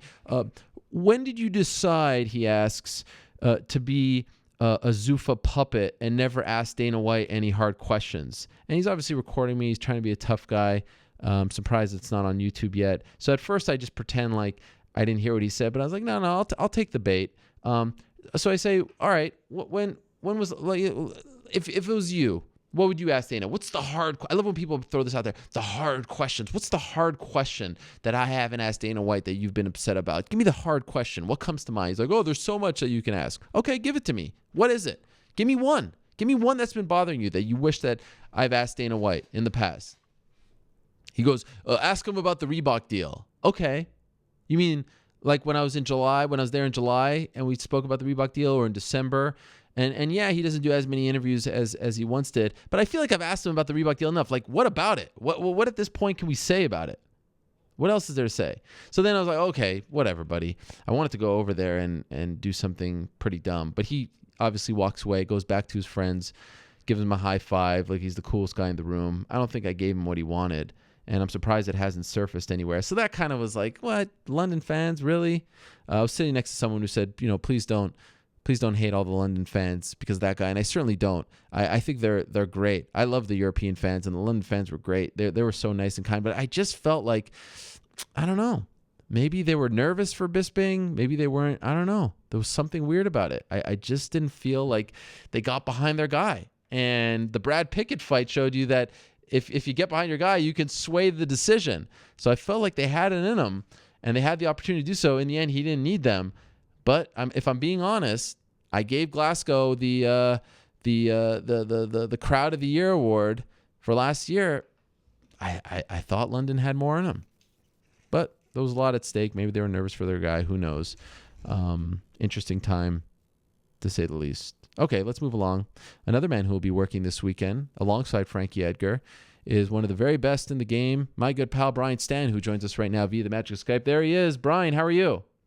I'm doing well, man. How are you doing? I'm doing great. We have a lot to talk about as it pertains to this weekend, but first I got to ask you about your colleague, fellow middleweight, guy who you fought not that long ago, Michael Bisping. He gets over the hump. Did you think he did enough to win that fight?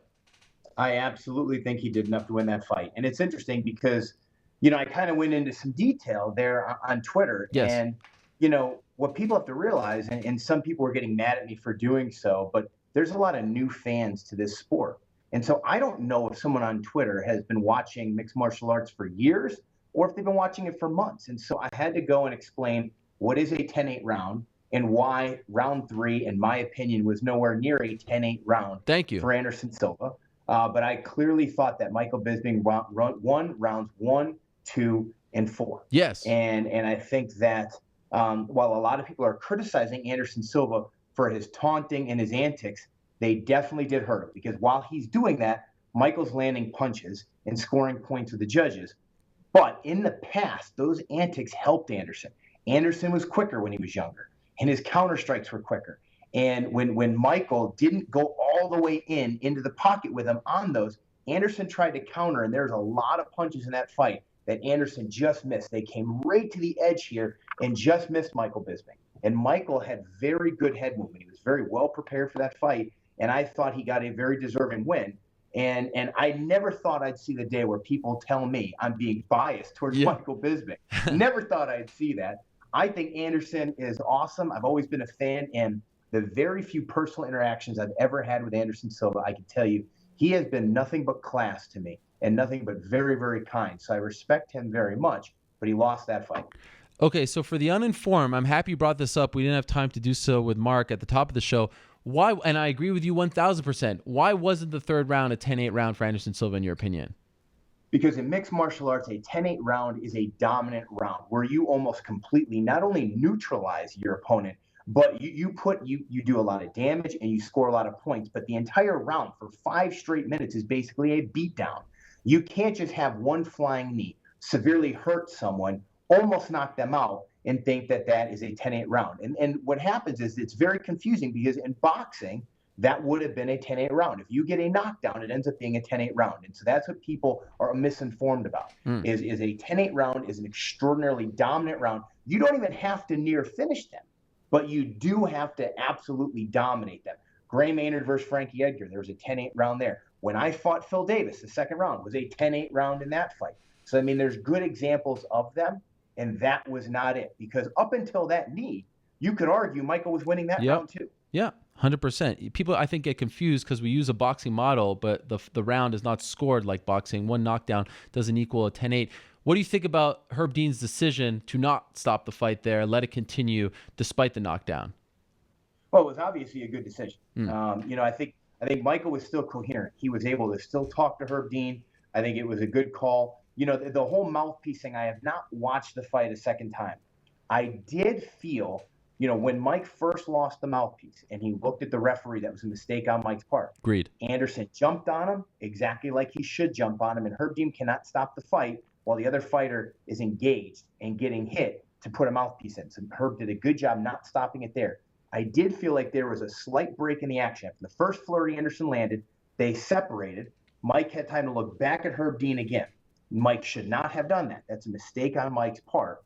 But I thought that was a moment where Herb Dean could have gone in and grabbed the mouthpiece. Because I will tell you, when you do not have a mouthpiece in, it is far easier to get knocked out. Regardless of that, when he hit him with that knee, Mike was immediately arguing to Herb Dean. He was not out. He was not unconscious. He was definitely hurt. He could have been knocked out. And Anderson's decision not to jump on him in round 4 cost him dearly.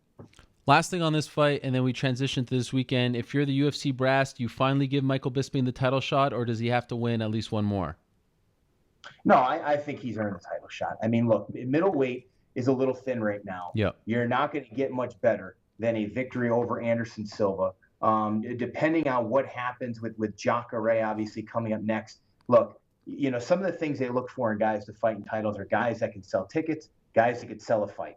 If Michael Bisping has done anything over the years, I mean, he has taught other guys like Conor McGregor how to sell fights, how to make every fight personal and sell out arenas. He does very well there. So I don't think the winner, Luke Rockhold, Chris Weidman, I mean, they could do a lot worse than defending that title against a Michael Bisping. They could sell a lot less pay-per-views with another name. I don't think it sells as much. I don't think Jacare versus Rockhold or Jacare versus Weidman sells as much as them versus Bisping.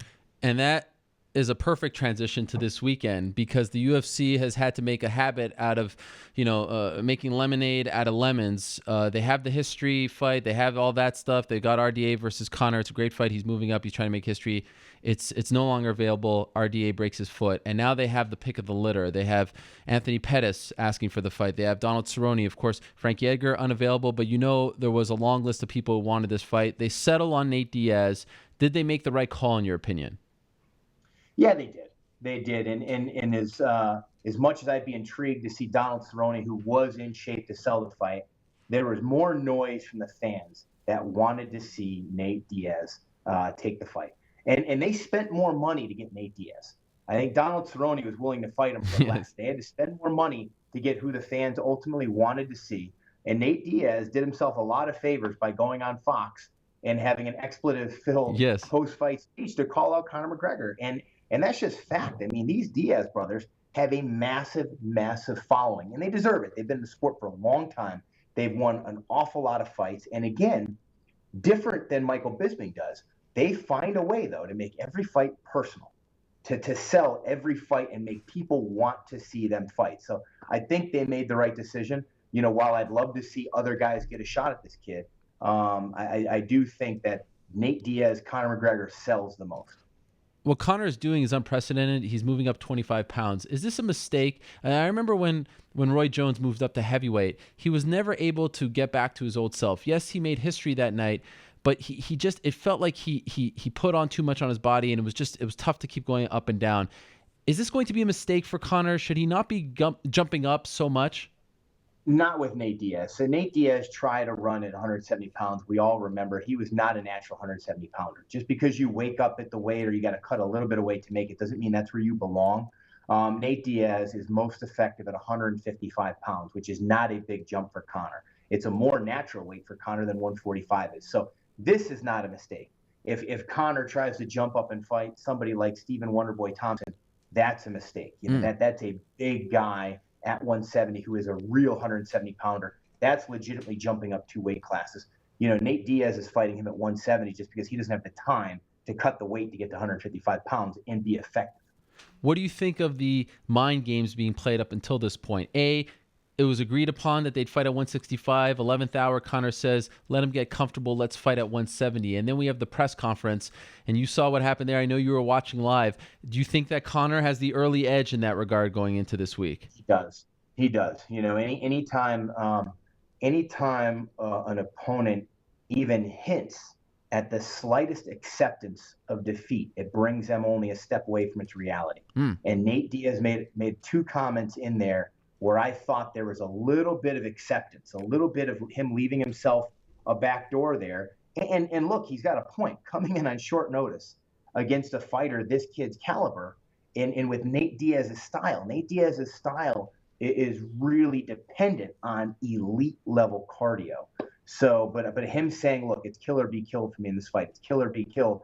That tells you right there, he's already kind of accepted in his mind, hey, look, if I got to get knocked out and put on a show, I'm willing to accept that. You don't hear that from Nate Diaz when he's had full time prepare for a fight and he's confident, he's bringing all of his weapons in the octagon.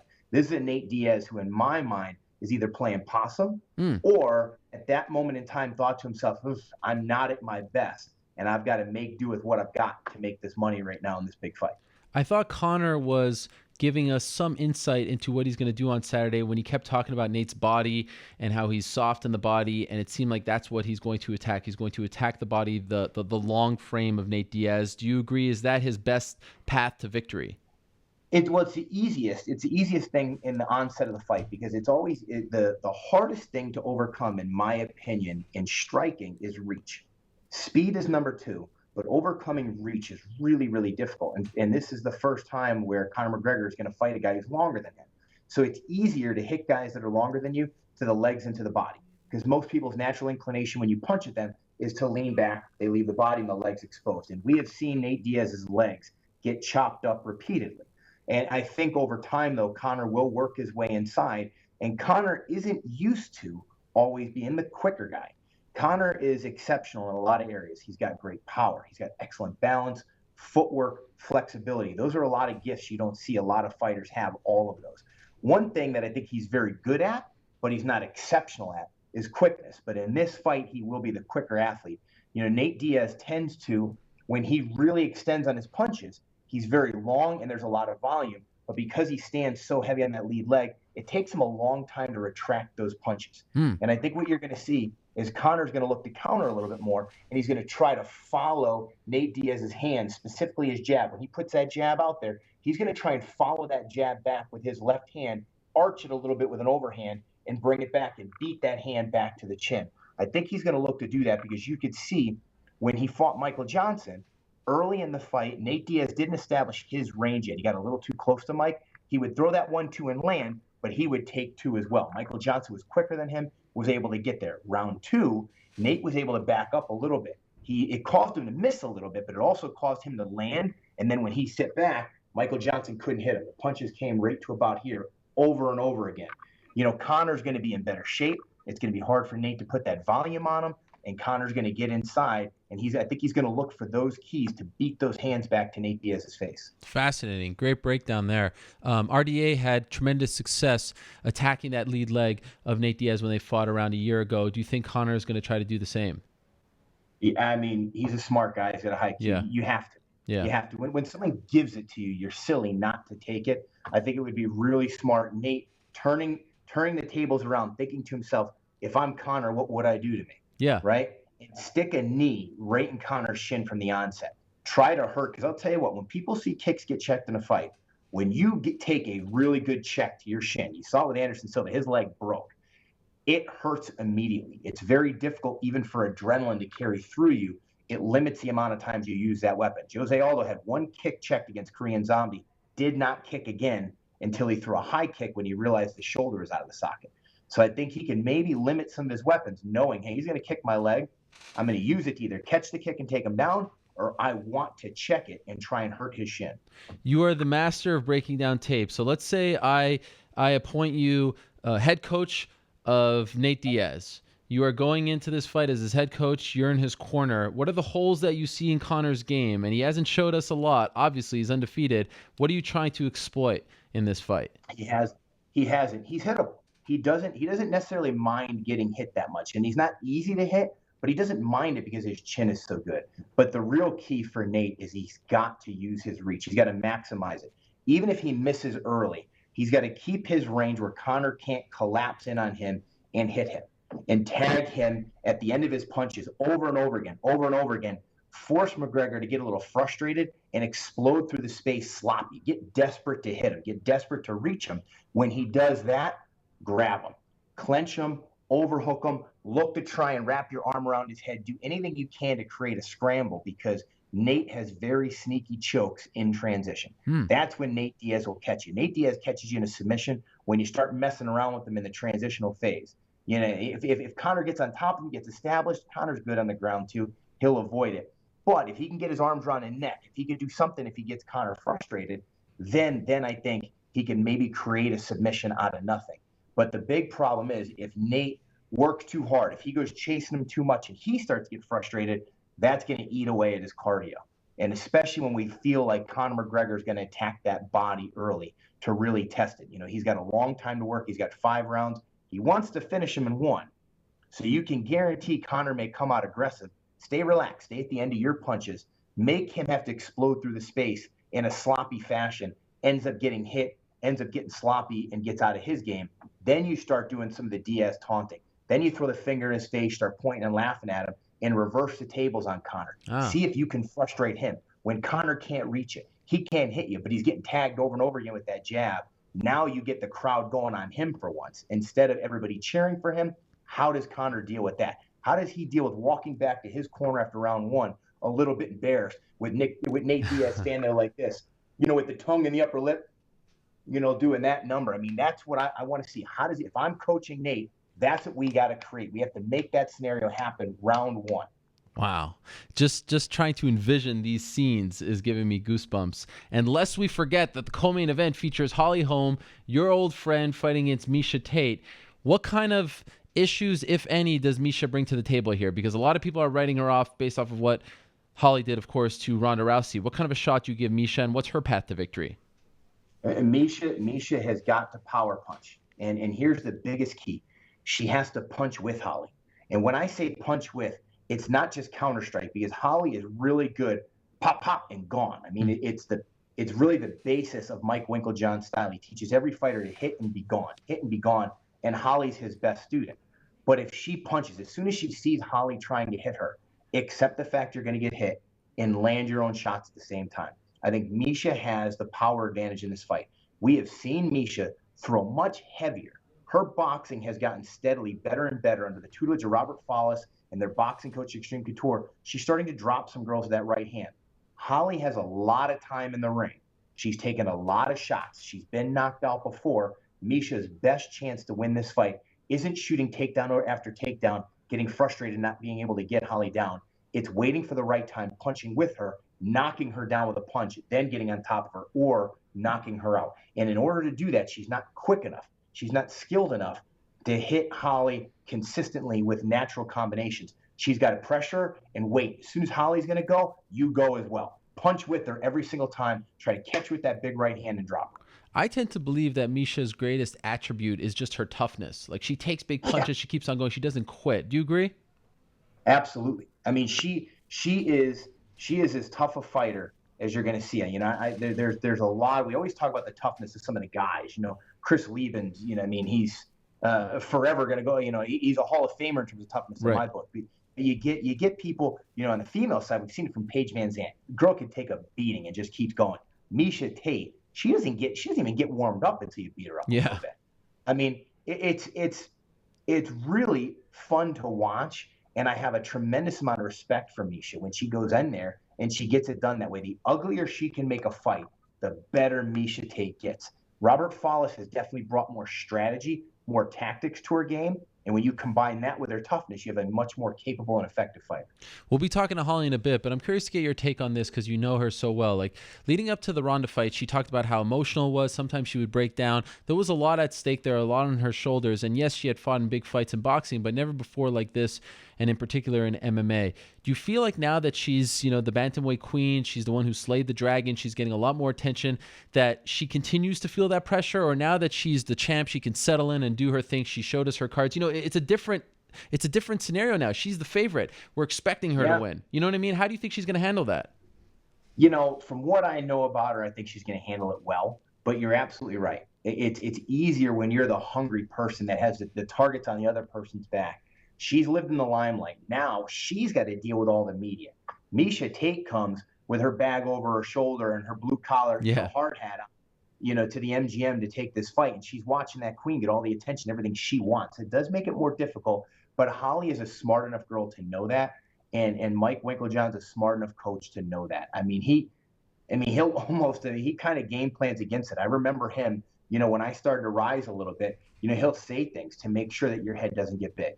Hey, Mr. Stann, we running tomorrow? Are you hitting this? Are you doing this? And Holly's just been there before. And the other thing that Holly has that makes it very fortunate, in Albuquerque, she has an incredible support network. Her brothers, her father, her closest friends that have been with her forever. They were there when she got knocked out. They're there with her now that she's the queen of the bantamweight division. And so I got to think that support network has done a really good job of making sure she's focused and understands now what is at stake for Holly. Now what's at stake is, hey, how many fights can I win?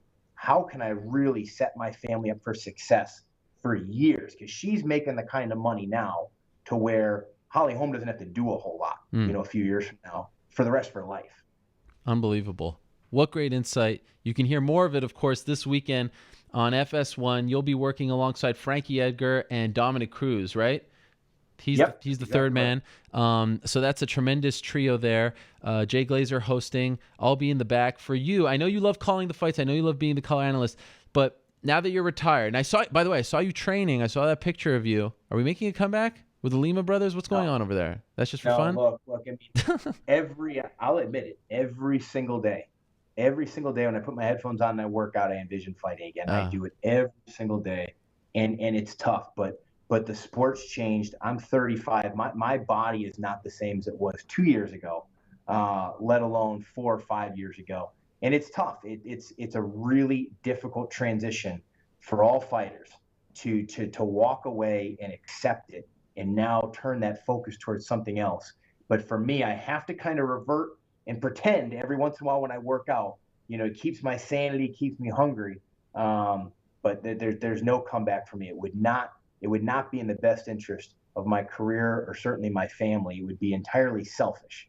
If I were to come back now, it would be totally just for Brian Stann, and I can't do that. But that being said, big weekend like this, it'll be buzzing in Las Vegas. Do you get some of that release? Does it feel? I know you're not fighting, and it's not the same. You don't get that same sort of adrenaline rush. But does it do you get it's Monday now? You're thinking I'm going to Vegas. Do you get excited for this? Absolutely, I absolutely do. I get excited because the coolest part, it's not as much when I'm on the desk, but the cool thing about being on the desk is we get to interview the guys afterwards. Yeah. You're literally in a position where, previous jobs I've had, there were days where I saw nightmares come true. In this job, every single time I call fights or get to be on the desk, I get to be a witness and get to see someone achieve a dream. And I get to, you get to hear fans who off that performance now feel like they can go achieve their own dreams, no matter how big or small. And I just don't take those opportunities for granted. I mean, it's so cool when you get to see someone who just did something unique. You just did something special, and it meant the world to them. They put all the work into it. And you get to actually be there, see it firsthand. You get to see them afterwards and get all that inspiration. I can take it home to my family, take it home to my company and all the different things I want to do. And I mean, that's really special when you get to be a part of that. On the flip side, I also have to see all the fighters that had a rough night. And I've been there before, and I try to do my best when I talk to them to let them know that in this sport, you can't get too high, you can't get too low. And I mean, for me, I was almost, I was on the edge of getting cut. And a year later, I was top 10 in the world. That's how fast things can swing in mixed martial arts. When you work at it, you see where you're weak, you go address it, you work really hard, you find the right people to help you get where you want to be. And you can absolutely climb the ranks and see those positive nights too. Yeah, it's unbelievable. I mean, Holly Holm made her UFC debut a year ago yesterday, and now here she is, one of the biggest names in the sport. Remember when she made her debut? Yeah. Everybody said she's terrible. Yeah. They did this big article on how her technique was terrible. Right. All these other things, and now look at her. She's a millionaire. Yeah. She's on top of the world, and I will tell you, of all the athletes in this sport I've ever been around, I've been around some really fine people. I don't believe I've ever met someone with the character of Holly Holm. And I mean, I have nothing against Ronda Rousey or anybody else in UFC, but it's different. Holly is a different individual. Holly's the type of person, when you're around her, you want to be better. She deserves and has earned all the success she's got. Great insight as always, Brian. Looking forward to working with you. Again, catch Brian, the rest of the team, FS1 all weekend long, live from Las Vegas. It's going to be a lot of fun. Thank you, Brian. Absolutely. My pleasure. Thank you. All right, there he is, Brian Stann, stopping by, one of the very best minds in the game. Great to get his insight, as always, breaking everything down for this weekend. Okay, how about this? What a treat this is. We've been doing this show for over 7 years now, and, we've been lucky to get most of, if not all, of the big names. One name that has eluded us over the years is one of the greatest of all time, and I'm so excited that he is joining us right now. I'm talking about Jose Aldo, who is joining us from Brazil. Jose, are you there? Fala aí, irmão. Tudo bem, nego? I believe that is him. I'm here. Yes, and he's being joined by a translator, right? We got a translator there? Yeah, I'm here. Okay, fantastic. Well, Jose, thank you very much for the time. I appreciate it. So, okay, let's start first things first. We haven't heard much from you over the last couple of months. How would you describe the last 2.5 months for you since the loss to Conor McGregor? Are you still getting over it? Do you feel like you've gotten over it? How are you physically and mentally? A gente não tem ouvido muito de você depois da derrota pro McGregor. Como que você vem se sentindo nesses 2 últimos meses, mentalmente e fisicamente? Acho que mentalmente estou bem. Acho que isso faz parte do nosso esporte. Ou a gente vence ou a gente perde. Infelizmente, o resultado não foi bom para nós. Mas agora estou tranquilo. Voltando a treinar aos poucos. Cabeça bem tranquila. Aí esperando a hora de voltar, né? He said, mentally I'm okay. This is part of the sport. We win, we lose. I've been working out physically for a few weeks, and I'm getting ready to go again. How many times have you watched the fight against Conor McGregor? Quantas vezes você perdeu? You said how many times you did it? How many times you lost? No, how many times has he watched it on his computer, on his phone? Okay, get it. Quantas vezes você assistiu a sua derrota pro Conor McGregor? Acho que eu não preciso assistir muitas vezes porque praticamente teve luta, né? Então, a gente só assistiu uma vez mesmo, já viu onde foi o erro, então eu não preciso ficar assistindo e vendo aquela coisa. Porque a gente já aprendeu. A luta foi 3 segundos. Então a gente não precisa estar estudando uma coisa que não tem nem tempo para ser estudado. I don't really watch it a lot because we saw the mistake, we saw what we had to do, and we saw what we have to do next. In your opinion, what was the mistake that night? Na sua opinião, qual foi o erro naquela noite? Acho que para mim não teve erro. O adversário teve a oportunidade de conseguir conectar um bom golpe antes de acabar a luta. Acho que não existe erro naquele momento ali, foi muito rápido. Então, eu prefiro ver, por outro lado, ele teve o mérito dele de acertar um bom golpe.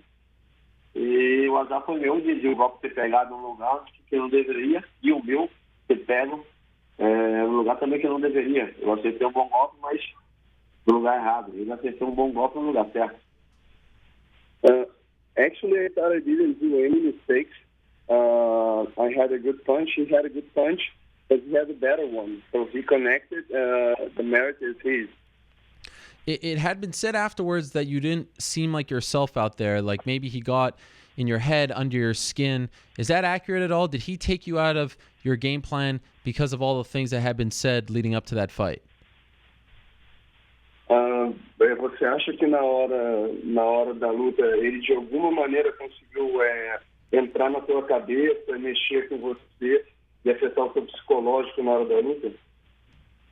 Não, eu não vejo dessa maneira. Eu estava bem preparado, sempre como me preparei. Nunca deixei nada atrapalhar a minha cabeça. Eu acho que eu estou pegando isso por muitos anos, porque eu tenho uma cabeça boa e forte. Como eu falei, tem que liberar de chegar e conectar um bom golpe e acabar com a luta. Se fosse caso contrário, também eu deveria perder um pouco lado. Só acho que azar foi meu que pegou para o outro lado, né? Foi do lado que errou. Mas, cara, para mim não cair, nem uma provocação, é algo do tipo. Isso faz parte, luta é assim mesmo. He didn't get into my mind at all. I was okay. I was ready for it. He hit a nice punch, a great punch. I was in a bad day. It was a really lucky game. So typically, when we've seen a champion hold the belt for a long time and then lose, we've heard calls for immediate rematches and seeing the fight again out of respect to the champion, wanting to see it again. When you lost, that didn't happen as much from all corners. People weren't calling for it. And it didn't seem like that was the direction that the UFC was going in. Were you surprised by that? Did that bother you that people weren't calling for the rematch after you had been the king for so long? As pessoas depois que acabou a luta, não estavam falando tanto de te dar uma revanche automática, né?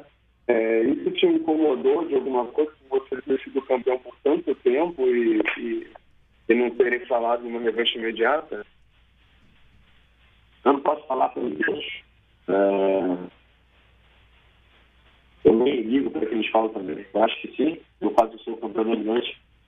Eu sei que já fizeram pesquisas e sempre me colocam fazer a revanche imediata. Então, essas pessoas que falam sobre isso, eu não estou nem aí para elas. Importante que o UFC pensa, o que nós pensamos, e a gente chega na conclusão que a gente vai ter a revanche imediata. I can talk on behalf of everybody, of a lot of people, that in my mind, I deserve the rematch. The UFC thinks I deserve a rematch. So in my mind, I'm ready for it. Okay, so it came out last week that the UFC called you to fight Conor McGregor on less than 2 weeks' notice to fight this weekend. Is it true that happened, and is it true that you turned it down, and if so, why?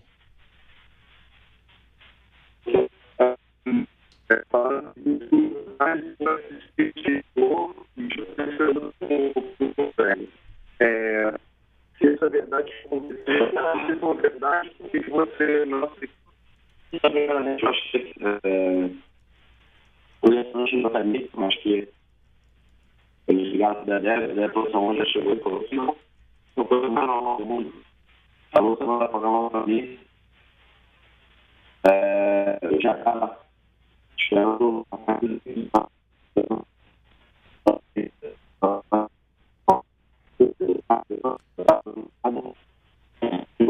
Okay, clearly, just 1 second, guys. We're having some technical issues. Let's just re-establish the connection. We're going to call you right back because I want to hear what you have to say to this, okay? We're going to call you right back. Okay, we're going to call Jose right back. A crucial part of the interview. I was trying to build to that, and I want to hear exactly what he has to say. Sometimes you rejigger the connection, and we'll get him right back on the horn. Fascinating, as always, to hear his insight despite the language barrier. And I do appreciate him coming on. Hasn't done a ton of interviews. He actually did a scrum recently as he opened a new burger shop in Rio. So that's pretty cool. I think our man Guilherme Cruz tried to get a burger or two, but he was shut out. Understandably so. I'm not sure if they sell acai there. As you know, I am a big fan of the acai. But Dana White did say last week that his first 2 calls were to Frankie, Edgar, and Jose Aldo. Not sure if in that order, and curious to hear his take on that. You work so hard for the rematch, people tend to forget that it's not, you got to be ready. There's no doubt about that, but not the most ideal circumstances to try to avenge that loss when you only have 11 or so days notice, because if for some reason you happen to falter, well, it's hard to get that third crack when you're 0-2. So I think fans tend to forget that sometimes. Sometimes we tend to look at these fighters like they're rock'em sock'em robots, and they could just, be interchangeable. Like when I used to play with my old school LGN. Was it LJN? I think they were LJN or JLN pro wrestling toys. And I would make cards. I believe we have Jose back. Jose, are you there? You guys there? Yeah, we're here. Okay, great. Yeah, that's a lot better. So you were in the midst of translating that question, so we can continue there. Do you need me to ask the question again? Yeah, ok. De novo, então, eu queria saber sobre as 2 semanas que você recebeu esse aviso, se você realmente recebeu, por que você não aceitou? Sim, eu deve receber a ligação. Eu acho que isso faz parte. A luta não era nossa, a luta a gente já vinha tentando falar com ela há um tempo. A gente foi percebendo a ligação dele e tentando falar pra gente que a gente só tem uma resposta para mim lutar depois do que não acha. Enquanto a gente estava militares, estavam relaxados e até você estava suspeito, você estava avançando para você fazer qualquer atividade de contato antes de 11 de fevereiro, onde foi liberado. E o DHR chegou depois, me avisou, falando que tinha negado de afogando, mas porque eu deveria saber. E eu sei que você fez isso, então agora você tem que oferecer. Não falando para mim lutar, ele não chegou a ter uma obrigação ou de oferecer qualquer coisa. isso faz parte do trabalho dele. Então, eu tenho que estar sabendo o que estava acontecendo naquele momento. Então, não justificou seja defensor ou não. Sobre isso, é vocês que julgam, vocês que colocam o que vocês querem. Então, da minha parte, eu estou muito tranquilo. Sei o que você quer para mim. Então, não vou cair em qualquer coisa que tentar criar uma discórdia entre tanto eu quanto você, porque eu sei o carinho que eles têm comigo e eu por eles. Actually, Darren made a call to my coach that I wasn't able to train till February 11th. I trust the UFC, I trust what they put in front of me, and I trust the matchup they do. Were you disappointed, though? Were you disappointed? Like, did you want to take the fight if you had a little more time, or did you not even consider it given the fact that it was less than 2 weeks' notice? Você ficou desapontado pouco? Você pegaria se eu tivesse pouquinho mais de tempo para treinar? É lógico, acho que a gente sempre pede tentar treinar, a gente tem que estar treinando, quanto eu, qualquer outro profissional.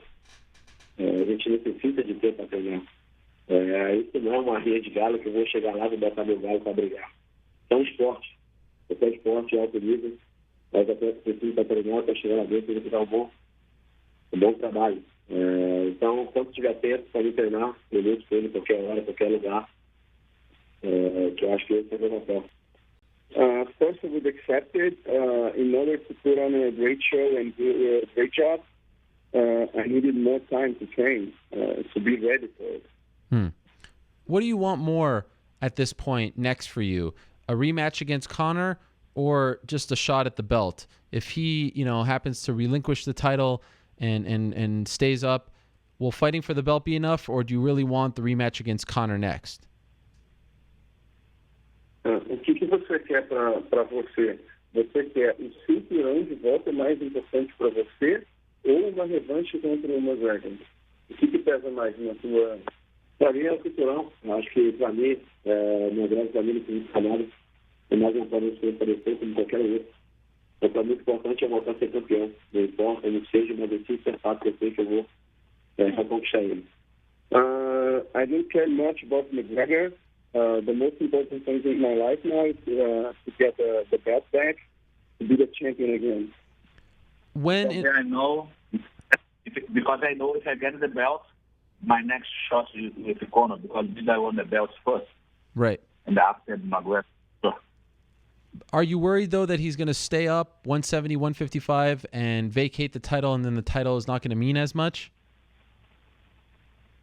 Você está preocupado que ele pode ficar na divisão de 155 quilos e não ter como... A única preocupação que eu tenho é comigo. Pouco me importa para onde que ele vai. O problema é dele. Acho que a preocupação que tem comigo, minha família, e todos daqueles que eu tenho carinho. O resto para mim, meu Deus, I'm worried and I care about my family, my friends. I don't care about McGregor at all. I don't care about him much. So, in a perfect world for you, when would you like to return? No mundo perfeito, nessa visão para você, quando você gostaria de voltar? Para lutar? Acho que para mim, seria perfeito lutar sempre no show. Então, eu espero lutar dentro das televisões que eu se chamar fora, histórico, onde eu sempre tive, e quero estar mais uma vez. Então, se eu tiver televisão também, será ótimo. I know UFC 200 is going to be a great event, so I really would like to be part of it. Would you be interested in fighting Frankie Edgar, even though you beat him? If they say, okay, it's going to be you and Frankie, maybe number one contender fight for the belt, but not for the title. It's just that. Or is it belt or nothing for you? Você se interessaria em lutar com o Frankie Edgar para ver quem seria desafiante ao cinturão, mesmo já tendo vencido dele? Bom, acho que essa luta só pode acontecer pelo título. Eu já lutei uma vez com ele e eu sei que eu tenho uma piada de fazer revanche e ele foi um título direto. É isso que passa agora pela minha cabeça. This fight would not make any sense if it wasn't for a belt. So it needs to be for a belt. So your next fight, you want to be for the belt. Have you expressed this to the UFC? Have you told the UFC this? And do you feel like they're on board? Are you confident that your next fight will be for the featherweight title? Você já falou com o UFC essa sua vontade de absoluta ser pelo cinturão e você acha que o UFC está com você nisso, está te apoiando nisso, que você lutar a próxima luta pelo cinturão? Acho que sim. A gente já deu o nosso lado da história, então eu espero sim. E ele sabe disso também. Eu acho que eu falei antes no começo da própria pesquisa que é merecia participar do título. Eu sempre tive em primeiro lugar. Então, se os fãs querem ir, eu vejo por que não acontecer. I think so. I think they're with me. I think everybody wants to see. I think it has to happen, make it happen.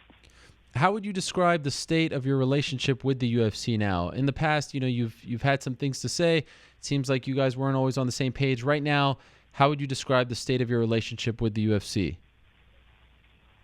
Como que você descreveria a sua relação hoje em dia com o UFC? Acho que normal, como qualquer trabalhador, uma empresa. Eu não vejo problema nenhum, eu nunca tive problema com eles, nem com o Dana, nem com o Lourenço. Acho que eu só tenho carinho, só tenho que agradecer. Eu tudo aquilo que eu sempre pedi, eles sempre me atenderam. Então, eu vejo uma relação ótima. Eu sei que eu tenho um cinturão que isso vai mudar. Para mim, continua a mesma coisa. Things didn't change because I lost the fight. We have a good relationship. Everything has been asking them. They've been doing it, so we're good. Okay, a couple more things, and then we'll let you go. And thank you so much. Obrigado. Do you miss being champion? Like, is it still strange for you to not have the belt? Is this something that you think about a lot? Você acha estranho você não ser campeão hoje em dia? Você pensa muito nisso? Cara, então, estranho para mim sempre vai ser, né? O único campeão que eu tenho da história, até perder esse final. Eu acho estranho, mas, cara, eu acho que na vida a gente tem que se acostumar tudo. Então, para mim, hoje em dia, eu vejo bem tranquilo. Toda a minha capacidade de voltar lá e pegar ele de volta. Então, isso aí, cedo ou tarde, ele vai estar na minha mão de mim. It is a little bit weird for me because I've been a champion for 10 years, normally champion till then. But I think in a short future, I'll be able to get it back. Who do you think's going to win, Nate Diaz or Conor McGregor? Quem você acha que vai vencer, Diaz ou o Conor McGregor? Pouco me importa, quem vai vencer. Eles não sabem, mas eles vão assistir chuva comigo, principalmente não vai ter um dos meus espelho. Eu vou estar com meus amigos, do ano, para mim quem ganhar, ganhou.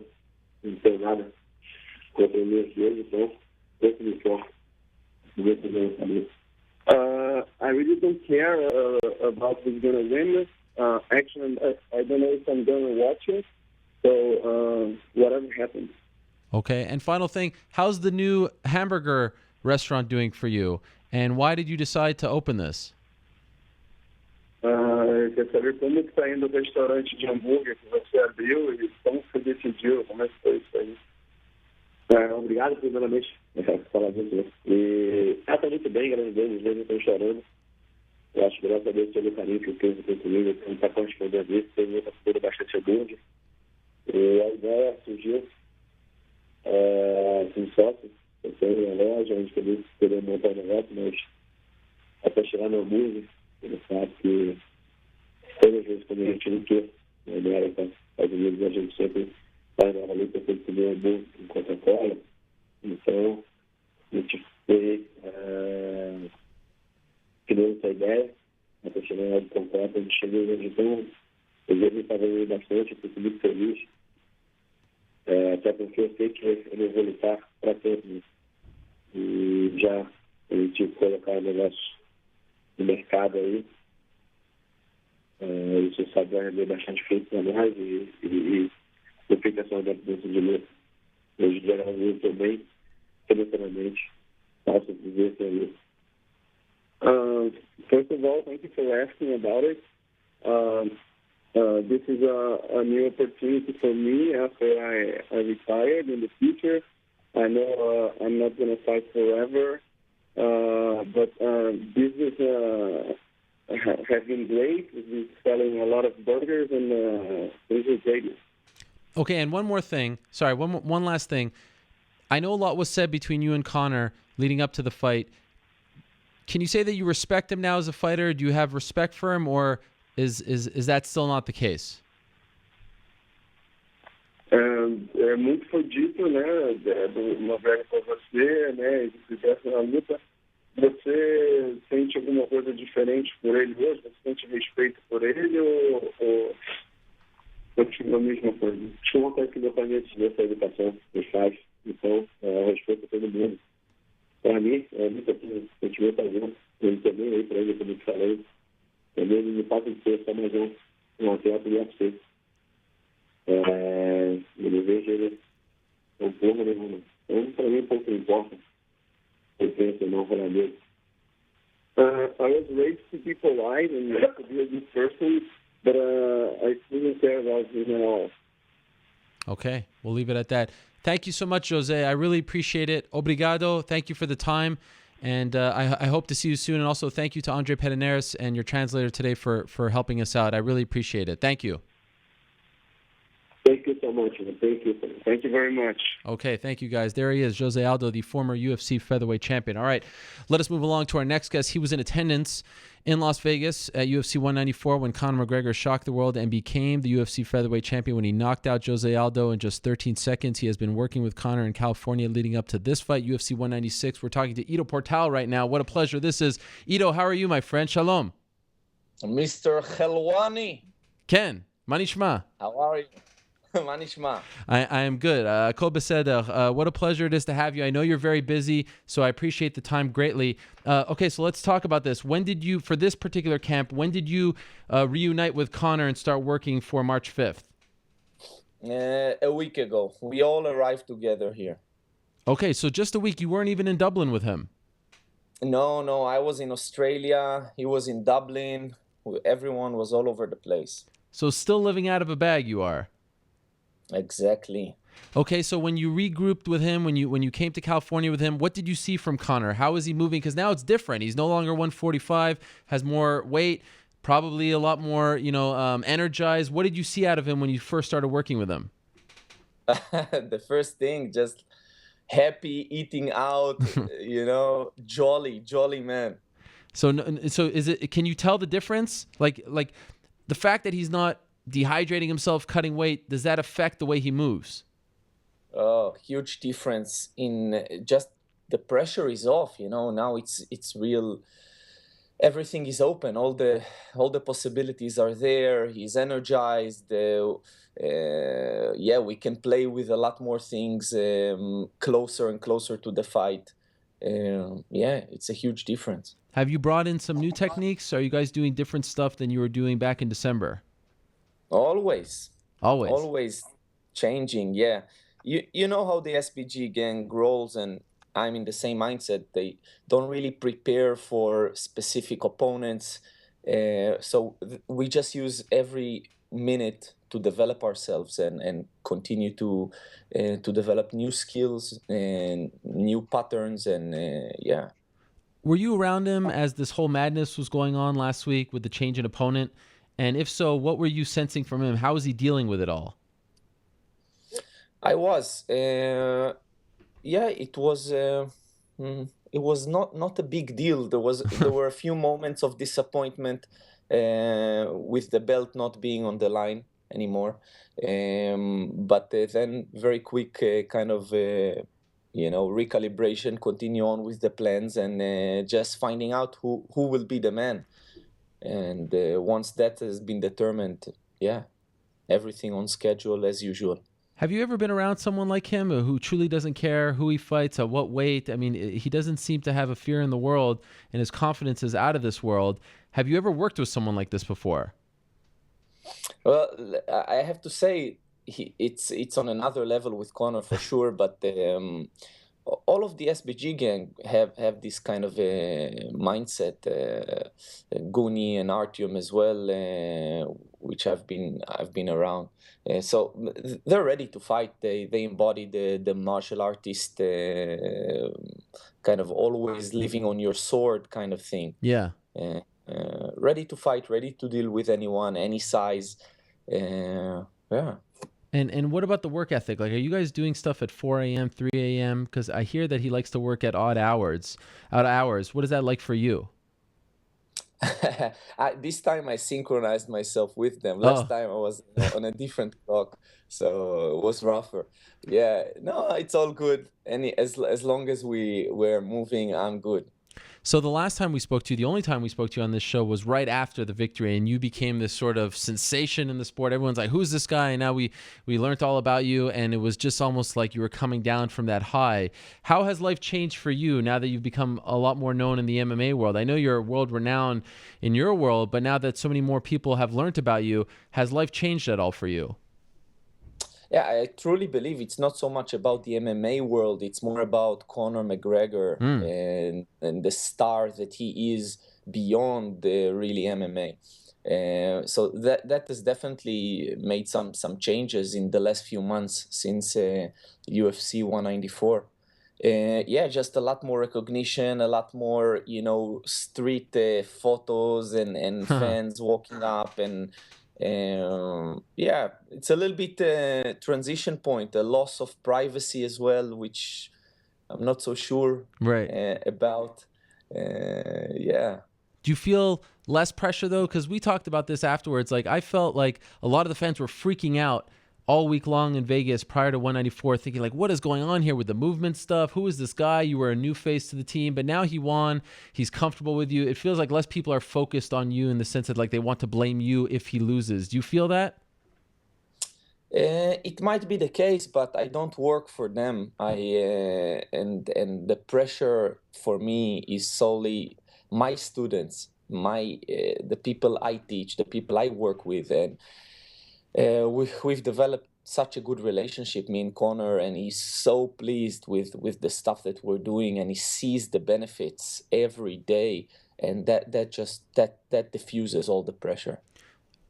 Now that you're working with him, and I remember asking you this question after, like, okay, what's the plan for the future? You didn't really know. Like, you didn't know, or maybe you did, correct me if I'm wrong, like if this was one and done, if you'd be a part of the team. When did you guys establish that you would be coming back and working with him from here on out?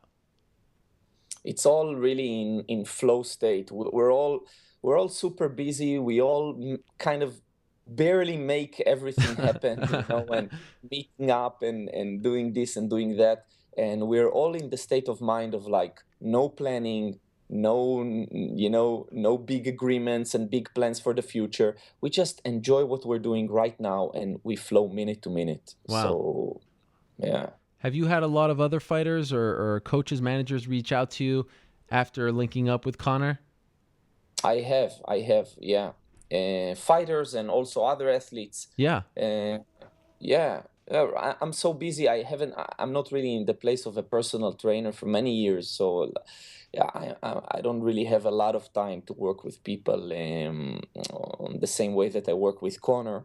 But yeah, when time is right and the person is right, we'll do it. So why do you say yes to Conor and not to these other people? What makes him different? First thing, he was talking about movement and bringing it into the audience awareness, into the public awareness. Before he was already kind of pushing that message, and then his own movements and the way that he can bring into the octagon the various movement possibilities because of that coolness, right? Maybe something I ran into lately is Wyatt Earp. He had this saying, "Take your time in a hurry."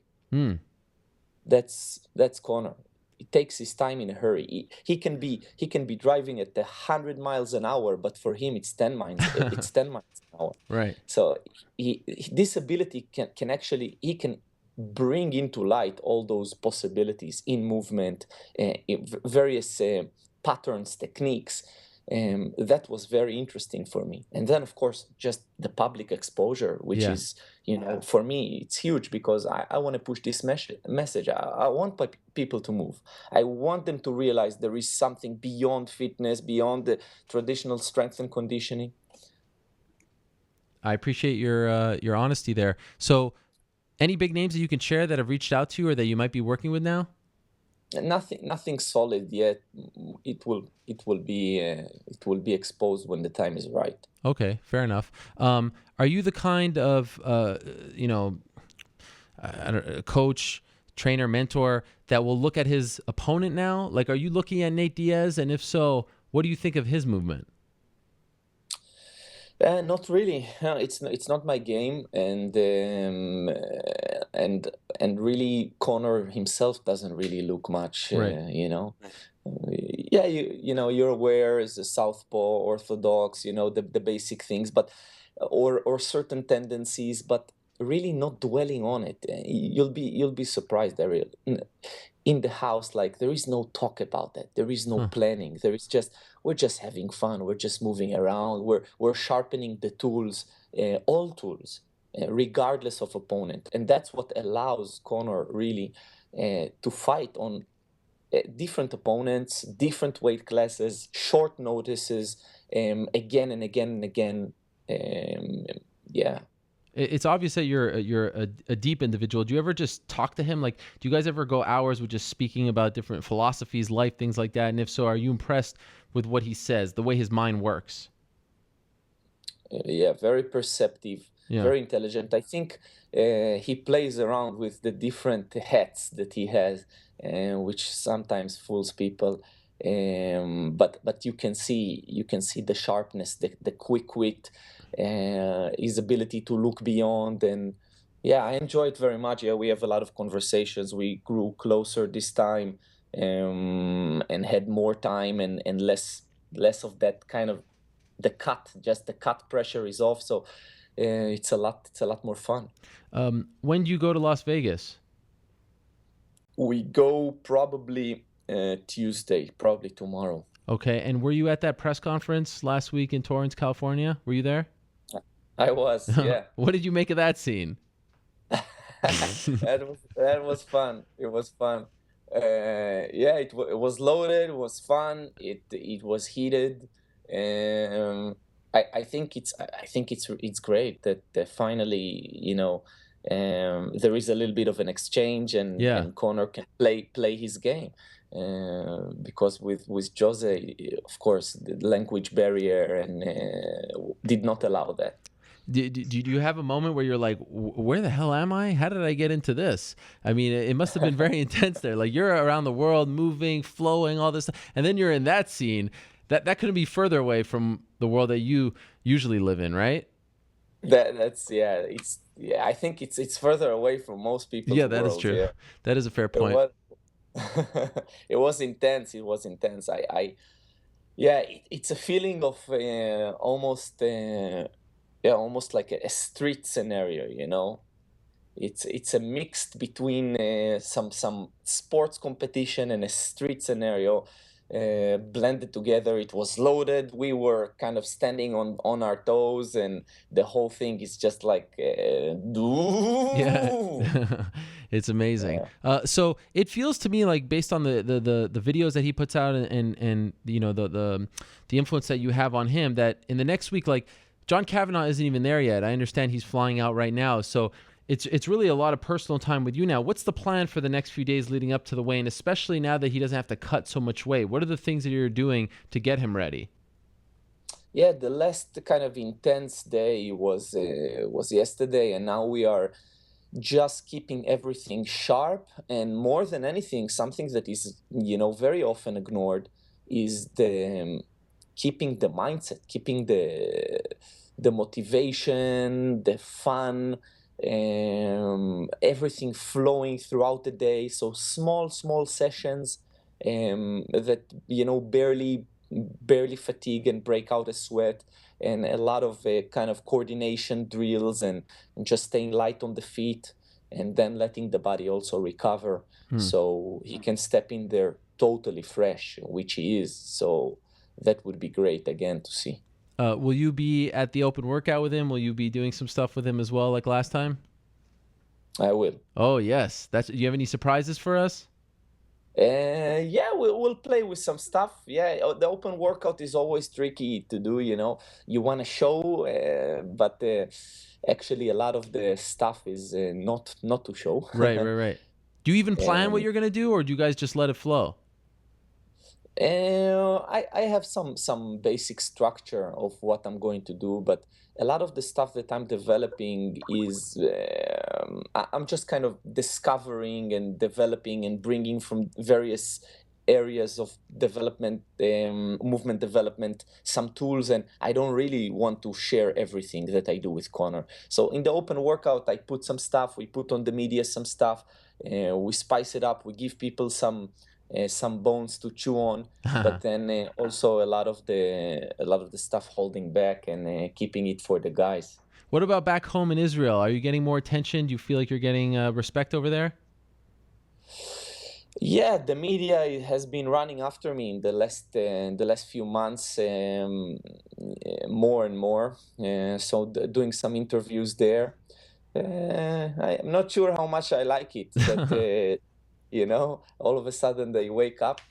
But I respect it. I'll do it, and I'll put the message out there as well. Yeah, you can use it to your advantage. Okay, what's the prediction? I want to hear Ido Portal's prediction. How's Conor winning on Saturday? No predictions. No man. prediction. No predictions. Why no, not? It's not my. Because that's not my specialty. I'm out of my water. Okay. So yeah, I'll predict in my field. I feel more confident. But this game is, I just do my work and I step back and I let Conor do his. Fair enough. All right. Will you be in his corner, by the way? I'm not sure yet. Yeah, we'll see. We'll see what's up when the guys arrive. Okay. Gonna be interesting. I know you don't love doing the interviews, but I appreciate you coming on. I know you're very busy as well, so it's fun to catch up and check in on your mindset leading up to the fight as opposed to after the fight this time. So thank you very much. I appreciate it, and I hope to see you out there in Las Vegas.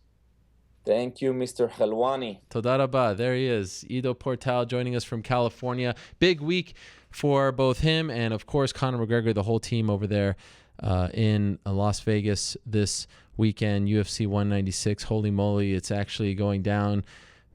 Nate Diaz versus Conor McGregor. Wow, at 170 pounds. Can you believe it? Holy moly. Okay, like I said earlier this weekend, it was UFC Fight Night 84 or UFC Fight Night London. We've been talking about it with both Marc Raimondi. We talked about it with Brian Stann. Talked about the main event. Talked about that third round. Who better than Herb Dean, the third man in the cage, to talk about that whole scenario? And he is joining us right now. Herb Dean, are you there? Can you hear me? Yes. I'm here. How are you, Herb? I'm doing well. How about yourself? I'm doing great. Really appreciate you coming on. I know there's a lot going on in your life. We're going to get to all of it, but I would be remiss if I don't start with Saturday night, and in particular, that third round. A very hectic situation. So I kind of want to go through it step by step. Bisping loses his mouthpiece, and you pick it up, and now he's signaling to you to stop the action. Why did you not stop the action? Okay, well, because that's the way the mechanic works, is that you replace the mouthpiece during a lull in the action. And he signaled once, and Anderson was actually in the process of attacking him. And for a lot of reasons that are pretty evident, you can't stop the mouth to replace a mouthpiece during a lull. During a heated exchange. And that qualified as a heated exchange.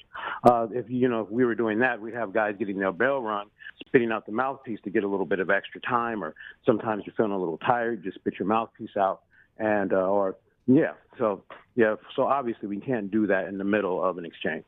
And does that make for an awkward situation for you, because you're trying to tell the guy, like, focus, like, stop talking to me, and of course, you see what happens to him. He gets kneed and crumples to the ground. How are you trying to get him to not focus on the mouthpiece, not focus on you, and actually, as you say, defend yourself at all times? Well, that has been, that instruction is given in the dressing room, and that instructions also was given to him again at a championship match right before the match started. I told him, protect yourself at all times. But I told both the fighters, and they know that is their responsibility. I don't know. At the same time, an MMA match is very stressful, and a lot of weird things happen. People do a lot of strange things, and it's a stressful situation, and you do things that you look back on and think, why did I do that? Or maybe, you know what I mean? So I don't know why he did that, but it's definitely in the rules. It's actually a written mechanic that was added to the rules probably, I don't know, maybe 6 years ago. Okay. So we were doing it, but it's also actually in writing in the unified rules that the referee is to wait for a lull in the action to replace the mouthpiece. Okay, and then, of course, Anderson connects with the knee, and then there's pandemonium, impossible to hear anything from where I was sitting, and I'd imagine most people, many thought the fight was over. Anderson thought the fight was over. He's celebrating. Why didn't you stop the fight? Well, he hit him with a knee and dropped him, and then he did not. Then he walked off and started to celebrate. I did not. He had been dropped, but in MMA we don't stop a match just because someone gets dropped. I saw that when he fell, he was not unconscious. He was facing Anderson. Anderson didn't give him a threat to protect himself from. So I don't know. I don't want to start playing what if. What if he'd attacked or what if not? But the bottom line is he didn't attack. The round ended, and but because Anderson was celebrating, there was some confusion as to what was going on. But I never had any confusion. I knew that I hadn't stopped the match and that the match was going to continue. Were you worried at all that, here he is celebrating, he's almost trying to convince you or the judges or someone that, okay, look, I'm celebrating, let's stop the fight. It was very bizarre because he was jumping, and then we hear the audio, and you're like, I didn't stop the fight, and then his guys are in the cage. It was kind of pandemonium, right? Well, yeah. So I mean, I wasn't really that worried about that because it was pandemonium, and of course, I can't run around and start yelling at everyone to get out of the cage. There's just too many people. But what I did do is I let people know that the fight wasn't over, and to eventually I know that once I started expressing that it wasn't over to the right people, the inspectors, the fighters, that order was going to be restored, and we continued with the match. Did Anderson or his coaches say anything to you? Did they try to campaign to end the fight? I don't really remember any of that. It's possible, but I don't really remember any of that. If that was going to be the case or not, I was going to ignore that anyway. And so did you have to check in with Michael and ask him, are you okay? Do you want to continue? Is it okay, or did you just? Well, yeah. I just wanted to. I wanted to do that because he had received a big shot, and I want to make sure that he was ready. I just wanted to be certain. He had processed what was going on, but there's a lot going on. He had taken a big shot, and so he might have been a little dazed while all these things were going on. So, of course, I wanted to do a timeout and just really quickly assess that he's ready to fight. And I often do that on my own because, sometimes the corners are given such an extreme halftime speech to get a guy back in the game that I want to go over there and have some time to speak with him just for a second without a corner answering me, that he's ready to fight. I want to talk to the fighter. So that's why I took that time out. This didn't necessarily happen, but I was talking to a colleague of mine about this beforehand. If someone lands a knee like that and then he's out, it lands at with 1 second left and then he's out, you're okay with calling the fight at that point, right? I mean, just because... Yeah, if he's unconscious, yes, I'm okay with calling the fight. As long as it was landed. Now, what happens if it lands right after? If it happened, he jumps, but, the horn sounds, so it's clearly after, and then he knocks him out. What do you do then? Well, if he jumps after, then it was not a fair blow. Uh-huh. And so then there's a lot of things that we do then because there's a lot of different situations that can happen. So, then we can start playing what if. Well, if he doesn't want to get back together, it depends on how long he's out for, lots of things, Obviously, you were the ref that night, not the judge, but you know more about this sport than most people walking on the face of the earth. Why wasn't that, in your opinion, at a 10-8 round? Can you speak to that? I really don't want to at this time because I haven't watched it again, and I'm not watching it as a judge. I believe to give a 10-8 round is, you really have to be focused on what you're looking at and know, yes, this is a 10-8 round. So I don't really want to talk about that. I mean, I'm definitely going to go look at it as a judge. Sure. And but I haven't had a chance to do that yet. That is 100% fair. Worth a shot asking. As a referee, do you have any issues with some of Anderson's antics, playing around, things like that? Do you have any problem with that?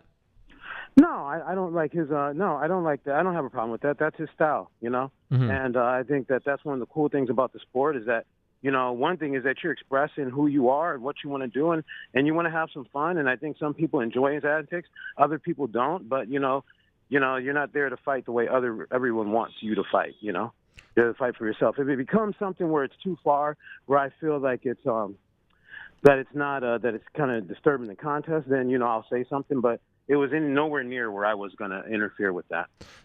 Did you have a chance to talk to Michael afterwards? I don't know if you saw my interview with him. He had some harsh words. He said that the stitches were because of you. Did you have a chance to clear the air after what happened? No, I haven't spoke with him. I didn't know he had harsh words for me or whatever. What stitches were because of him? Well, actually, I have because of me. I have the clip. If you'd like to hear it, I'll play it for you right now, and you can respond. How about that? Well, I guess sure. Okay, here it is. Here's Michael Bisping talking after the fight. I was talking to Herb Dean, said, Herb, my mouthpiece, the guy, thank you very much. The guy, I don't want to lose my teeth. Contrary to popular belief, the British all don't have bad teeth, and mine are okay. I don't know, Herb Dean really needs to, I blame Herb Dean for all of this. Ariel Helwani, there it is. That's what he had to say. What do you think? Well, I don't know. Maybe he's not aware of the rule. A lot of fighters haven't written. Most of them read the fouls, but they don't read all the rules on the mechanics, and maybe he wasn't aware of that. So you actually that the rule is to replace the mouthpiece during a lull in the action. Yep, and you. I don't know if he's aware of that. If you know what I mean, I don't know. You have a referee seminar coming up, correct? I do. When is that? I do. That's going to be in Pasadena at the Fight Academy. It's going to be June 3rd, 4th, and 5th.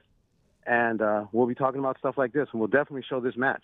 Oh, that's interesting. So you guys will be breaking it down, and you'll be explaining why you did what you did. Yeah, I think there's a lot of as a learning tool. I think there's a lot of stuff going on there in that match. Now, so is this for aspiring referees, or is this for current referees? Who should sign up for this? People who want to receive because to referee in most places now, you need to have gone through a course that is ABC approved or ABC recognized, and this course is. And so so people who are aspiring or people who have been refereeing and wish to get their certification, those are the people who should come to it. It's a real cool thing. We go over a lot of stuff. We spend 3 days on it. It culminates in a shadow event where I actually we do some practical exercises, but then those who demonstrate competency in all the different parts of the course, those people actually will go to an event and officiate. Oh, wow. So some of them will be for their first time, yeah. So where do people sign up? Or how do they sign up? They go to herbdean.com. That's it? Herbdean.com, look around on the page, and there's a place for you to put to ask questions, or you can leave an email at info@herbdean. I get all that, and I respond to them. The course is actually pretty full. I didn't advertise it, but I just kind of cleaned out my inbox. And it filled up pretty fast. I just answered the emails that were in there, but I have a few more spaces. So, would you encourage fighters to attend these seminars as well, so they can learn? Like you said, maybe Michael doesn't know this rule, or is it strictly for referees? I think it's for people who want to be referees because it's 3 days. Yeah. And there's a lot of stuff that's pretty specific. If they would, that might be a good thing for us to do besides the rule meeting, to go over all of these different aspects of the rules, and so people can know how understand the judging system and whatnot. And that might be a seminar that maybe some of the promotions might want to put on for the fighters. Yeah, and I'd be happy to do it.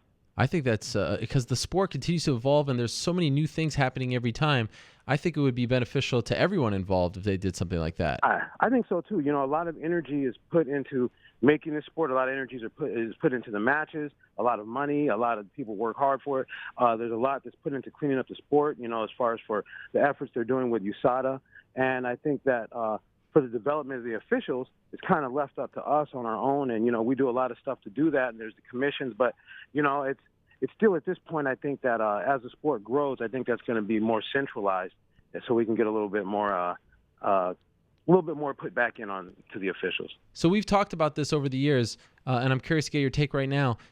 What's your take on the state of MMA refereeing at this point? Are you happy with the way it has progressed, or do you think that there's still a lot more work to be done? Well, yeah, there's more work to be done, but there has been a lot of progression. There has. Okay. Okay. So I think that a lot of the athletic, in the beginning, it was us just struggling just to get officials in there who were competent and who had experience in the sport. That would be the first thing we'd want. And that, believe it or not, has been a struggle to get officials in there who understood the sport. And that's changed. A lot of the commissions now are making sure that they hire guys who have experience in MMA, experience training, or definitely understands position and submission. Those are really important. Do you think one of the problems is that the referees and judges don't get paid enough, so there's not enough incentive for you guys to actually do this and develop new talent? Well, I don't think that part of it is. I mean, I definitely think that compared to our contemporaries and other professional sports, we are the least paid. Yeah. And I think that I don't think that our job is by any means less difficult or less important. I think in some states in ways it's even more. There's a lot more discretion. Sure. A lot of these other sports, there's things, basically it's about a line, right? Did the ball make it over this line or over that line, or did this, you know what I mean? Yeah. But we don't have lines. We're making these decisions other way. So I think it's a little more difficult. But I don't think that that's the reason why guys aren't developing themselves. I think if you are doing the sport, if you're officiating the sport, you're doing it because you love it, and you're going to be continuing to develop yourself in the sport. I'm doing this interview at the gym where I train, and because it gets better signal than at my house. Oh. But that's something I do. I do this because I love the sport, and so I'm always training. I like to learn about what's going on. I'm always looking at matches. I'm always talking to other officials. So that's not it. I just think that I think that some input could come back from other parts. I think that so often some of the promoters have things that they're unhappy with about the way the officiating is going, and I think that we need to develop something where we can have some sort of communication, even though we need to be separate. There needs to be some sort of communication, because a lot of the rules and the way we enforce the rules is to ensure that the promoters are able to put on exciting matches. That's why there's time limits. That's why there's stand-ups and things like that. Right. And another hot topic, as you know, weight cutting. There's this ban as far as USADA and the UFC are concerned of using IVs. California following suit. And you actually have come out, I don't think a lot of people know this, with a great new product that can help the fighters greatly. Can you shed some light on this? Okay, yeah. Well, it's called Fight Formula. It's been something that Savant is my partner, and he recognized a need for it, and he was talking to his doctor because he had a really bad experience after rehydrating with an IV, and the doctor told him that it's actually not the best way to rehydrate for something like that as far as for performing. The IVs are good because you instantly feel better. It's quick. And the other issue with it is that because when guys dehydrate themselves so much, that a lot of things, not just water and electrolytes, their enzymes are depleted. And that's why it makes it difficult to get the water into their system. A lot of times guys can't even hold the water down, or hold whatever it is that they're taking in down, because their digestive hasn't been activated. And so that was, he worked with two really smart doctors. Both of them are Harvard graduates. One of them is the director of applied sciences at the Keck School of Medicine over at USC. And he worked for 2 years to come up with this product. And there's a number of different nutrients in it, and they've been designed to work synergistically together to get an athlete ready to perform at his best the next day. So not only is the water addressed, getting the water into the muscles, but the glycogen's addressed, your enzymes it's addressed so you can take in nutrients and be prepared to perform the next day. And there's some other things in there. There's a proprietary blend of vitamins and other micronutrients. Now, is this available in store? Like, how can fighters get this? Oh yeah, you can go to f2fightformula.com. A lot of the fighters, there's been a few fighters in the UFC using it. Okay. Cisco Rivera used it this weekend, and he was. I talked to him on the plane on the way back, and he was telling me that what he liked about it is that he was really nervous. This is his first time using it. He was really nervous about being able to keep things down, and he was able to keep things down. And that's something that the physicians who designed it they put a lot of thought to that, as far as for people to be able to digest things, let alone keep it down, but actually be able to digest. And so it was good. It was really good for me to hear that feedback from him. And to be clear, the fighters take this orally, because I've heard in the past that they don't want to take things orally because then they get bloated and things like that. Why is this different? That's why, so we addressed that. Okay. That's why guys don't want to take things orally, because they get bloated because their enzymes aren't ready to digest. They've depleted all that. And so that's one of the things that Fight Formula addresses. Okay, so F2formula.com? Is that what you said? F2fightformula.com. F2 Fight Formula. And Savant is Savant Young, who we know from, he's been in the sport for a long time, and you have other fights. So you just you can't go to a store. You have to go through the website to get this, right? Yeah, go to the website to get it. The UFC is going to start making it available to guys in the green room. Oh, wow. So that's great. Yeah, I just got that done. Well, because, it's new, and so we had to do they really liked it. Jeff Nowitzki, he likes it. I showed it to him, and he told me that we need to get our third-party certification. So we were working on that for the past few months, and we now have that so that guys, and that makes me feel really good. I didn't really think about it until I actually was going to hand it to someone. I hand it to someone, and they're looking at me like, Herb, what's in this? I do not want to pop. I don't want to take something new. So now I don't have to have that weird feeling when I hand it to somebody that they're wondering what's in it. We have it's through a company called Informed Choice, which certifies that there's no banned substances in it. Wow. And so since we got that, now the UFC, they're going to make it available to the athletes. Well done. One more thing before I let you go, because it was a hot topic, and I'd love to get your take. I always want to hear your side of things. It was very much talked about. The Chris Weidman no stoppage in that third round. Why did you let the fight go on, Herb? Because there's a lot of things that are happening. I believe that every situation is unique. Yeah. Basically, let me frame that situation. Weidman lost. He was in a bad position, and he was going to weather a storm.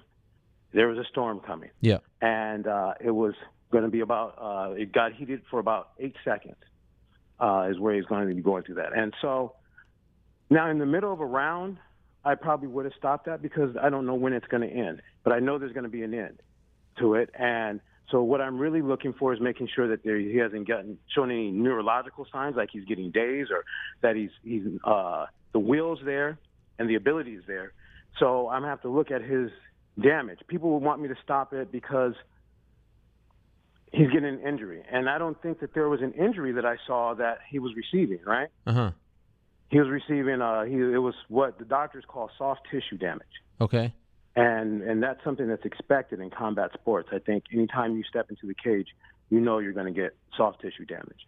Okay. He got a little bit more in a short period of time, but where I never saw him daze, and I never saw the will to fight close out. There's a doctor standing by who was observing it from very closely. I brought him in after a hard round, as you should. I brought him in to take a look at him. He says he's perfectly fine and ready to continue. Okay, so you actually do pay attention to the fact that there's 10 seconds or so left. I thought the referees ignore that. No, well, they ignore it for some things. Okay. Like if someone has a broken leg, yeah, I don't care how many seconds are. Or if somebody has been dazed and they're unconscious, I ignore it. Okay. Or if someone loses their will to fight, turns away, and their will is broken, and they say, look, I'm done, I don't ignore it. But if someone's taking soft tissue damage, those are the hardest things to stop. Like, okay, when's enough? And yes, if it was in the middle of the round, I would stop it. But something like that at the end of the round with a little bit of time left, yeah, okay, he's going to weather a storm. I'll let him weather the storm. But yeah, if while watching him, if certain things happened, I would have stopped it no matter how much time was left. Fascinating stuff. What a treat it is to get your insight, Herb. We could talk for hours, but I'll let you go. Thank you so much. I appreciate you plugging the. I hope that made sense to you. It did. And like I said, we could talk forever. But I'll leave you alone for now. And I know you just got back from England, so thank you very much. Good luck with the the new hydration product, and of course the seminar coming up. And good luck this weekend. I believe you're refereeing the main event on Saturday night. Yeah, yes, I am. Thank you so much. Thank you for the good wishes, and I'll talk to you soon. Okay, there he is, Herb Dean, one of the very best in the business. Appreciate his time. He'll be the third man in the octagon on Saturday as Conor McGregor fights Nathan Diaz. Now, the co-main event is a highly anticipated one as well. Miesha Tate going up against Holly Holm for the UFC Women's Bantamweight title, and Holly Holm is joining us right now on the phone. What a treat this is. Holly, how are you? I'm good. How are you? I'm doing great. Thank you so much. It must be very hectic for you right now, so I really appreciate the time. When do you head out to Vegas? I head out tomorrow, and you guys almost missed me. What happened? Because they told me 12:25. Yes. Which is 1:25 for me. Right. And I literally waited for you guys. I'm going to give you a hard time. Okay. And then I went and got my blood work done, and when I left, I literally got in my car right when you guys called, so it worked out. Okay. But I will give you a hard time that I waited for you guys earlier. I do appreciate it. Although it's you're 2 hours behind, right? Wherever you're at, it was supposed to be 12:30 here. But you know what? I'm driving. It worked out.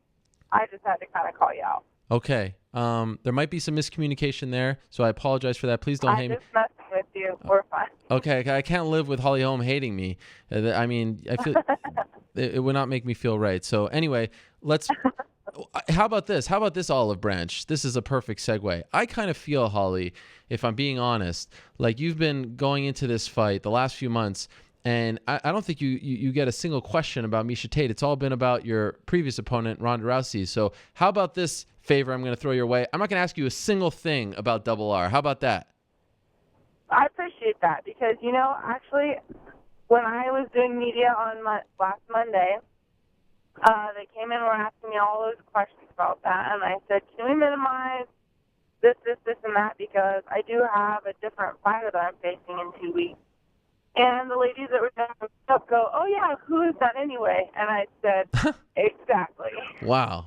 My point has been made. I do not need to say anything else. Wow, that is unbelievable. So I appreciate that. Let's talk about Miesha. Yes, let's talk about Miesha. Okay, so the last time we had you on, you had yet to maybe you knew, but you kept your cards close to your vest. You didn't tell us that it was Miesha. Now you know, obviously, it's Miesha. It's happening in a few days' time. What's your biggest concern when you know that you're fighting Miesha Tate? What's the biggest threat that she poses to you inside the octagon? Well, I think Miesha, it's no secret, she's got a different background. It's wrestling, totally kind of different style than anybody I've ever fought. She, out of anybody I've ever fought, has had more time in the cage, the octagon, whatever. She's had the most time in there, and she's coming off 2 years being undefeated. She's coming off of being able to really dominate with some of the top-ranked fighters. And she's been in fights where she's been injured or behind and around and been able to come out and still be victorious. And so she's very mentally strong. So you put all these things into the basket, and she's a very, very, very tough opponent. So we've been training to be ready for any situation. She's really good in the scrambles. She's really good, even just in every situation, she's going to try and have an answer for you. So it's very unpredictable, and I feel like it's going to be a very tough fight. So we were just talking with your old friend, the Stanwich, I believe you used to call him, Brian Stann, about this. That's right. You like sandwiches. Yes. I made up that name, by the way. I know. That's why I said it. You deserve all the credit. About this fight, and we agreed that her greatest attribute is just her toughness. And I know that's kind of a weird thing to say because it's not something you can touch or really point out, but it does feel like she could take a bit. It almost like she wakes up when she gets a little bit beat up. Would you agree with that? And how do you get past that? She's there for the grind, for sure. And that's one of the things that you don't want to, if you land a good shot, you don't want to assume that that's going to be the end of the fight. You need to stay focused. And she waits for a mistake. She's in there. She's in there physically and mentally to just keep up the grind. And those are really, and they can even make a fight look messy. Somebody that's sitting back waiting to only counterpunch, or maybe somebody that's sitting waiting to just for the right offensive punch, and they're very, she's gritty. And that makes it hard to make, a real clean fight. That's hard to control, that type of a fight. It is. I think that it's her strength is her grittiness for sure. Back in November, you talked about how you used to cry in the car and it was an emotional roller coaster. Is it the same this time around? Are you feeling those same emotions, or is it different now? It's a little different because I feel like every fight is different, and I try not to compare them. Trust me, there's been plenty of days for tears on this one as well. Uh-huh. But it's it's a different feeling. I think it's a different feeling even for other people to watch for this fight. I never compare. There's been fights in my career where I was so emotional, and then soon enough, then it's over, and the next fight is a different kind of emotion, and I just really don't compare the two of them. You can't. And the emotions are different for this fight because this is a different fighter. This is a different fight. But that doesn't mean I haven't had emotional days in the gym. Doesn't mean I haven't cried in my car at all. Just different. All right, so are you the solo crier, or do you cry to your husband, your coaches, or you just prefer to do it by yourself? What kind of crier are you? I don't plan it. It just happens. Okay. And I might be by myself, and I might be in practice, but I'm not the type that waits to talk to someone and then okay, now I'm going to talk about it and let it out. If it's there, just let it out and be done with it. John was actually laughing at me the other day because I was talking about just the emotion of a fight, and some tears started coming, and I was like, hold on. I took a deep breath, let it out, and he starts laughing. He was like, it's funny, they just come the drop of a hat, but then in 15 seconds you'll be fine again. I'm like, I just got to get my composure sometimes, just let it out, and then let's keep talking. So sometimes it's just a quick little one, my emotions get the hang of me, and I think, all right, chill out, that's all right. No denying things are different now. You're a big favorite going into this fight. You're the champion. The bullseye is on you. Do you sense a difference? Is it different being the hunted as opposed to the hunter? I feel like there's pressure that I put on myself regardless. My last fight was, you know what, nobody thinks I can do it, but I think I can, and the pressure was, I was telling everybody I believed I could do it. So the pressure was, I didn't want to be a liar. I wanted to prove people that I really was feeling that way for a reason. And this fight is, okay, now there's pressure that I don't want to be this one-hit wonder. I want to be able to show another performance. And this is, in a lot of ways, a tougher fight for me. Different fight, just tougher in different areas, obviously. I don't really like to compare one to the other. Mm-hmm. But, I just feel like there's a lot of pressure on this fight. And whether the target's on my back or someone else, it doesn't really matter. I put the pressure on myself to want to perform and do well. Because at the end of the day, I want the victory. Whether I'm the underdog or the favored one, doesn't matter to me. At the end of the day, I want the victory. So I put the pressure on myself. What is the vibe like at the gym as you prepare for this? Because you have John Jones really gearing up for his fight. He appears to be in tremendous shape. You have a legend like BJ Penn just appear out of nowhere. How is, and I know you've got that sort of cloud hanging over with Andre and Alistair, but it hasn't really come into effect just yet. How would you describe the vibe at the gym?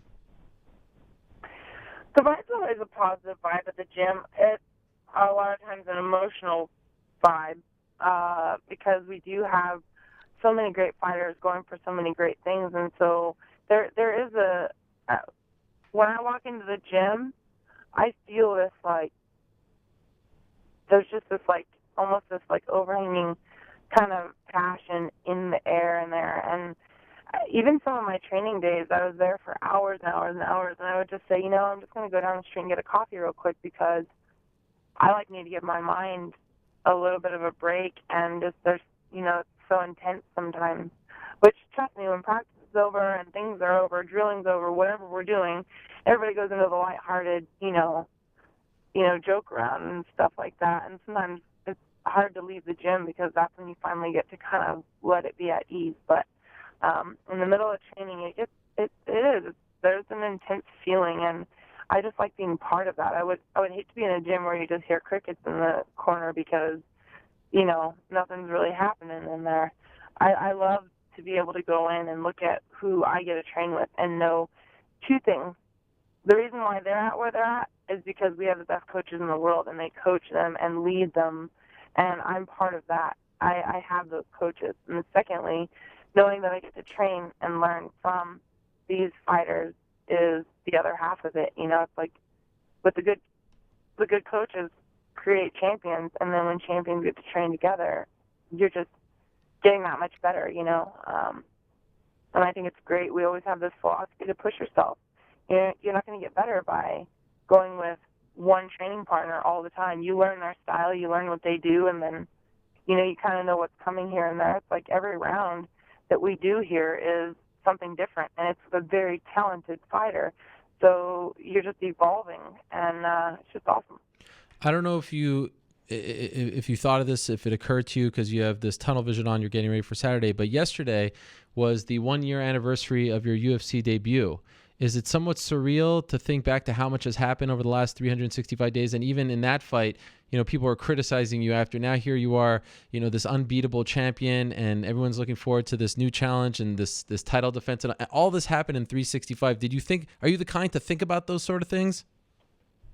I was just talking about that the other day, and it was, I was talking with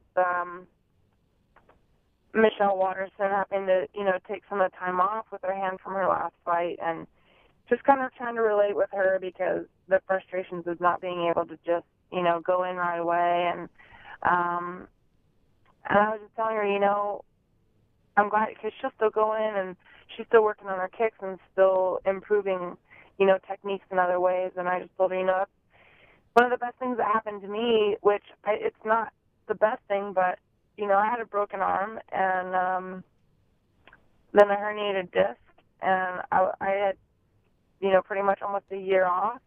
And I said, you know, it's crazy that even the first fight I had in the UFC was postponed because of my injury. I had to pull out.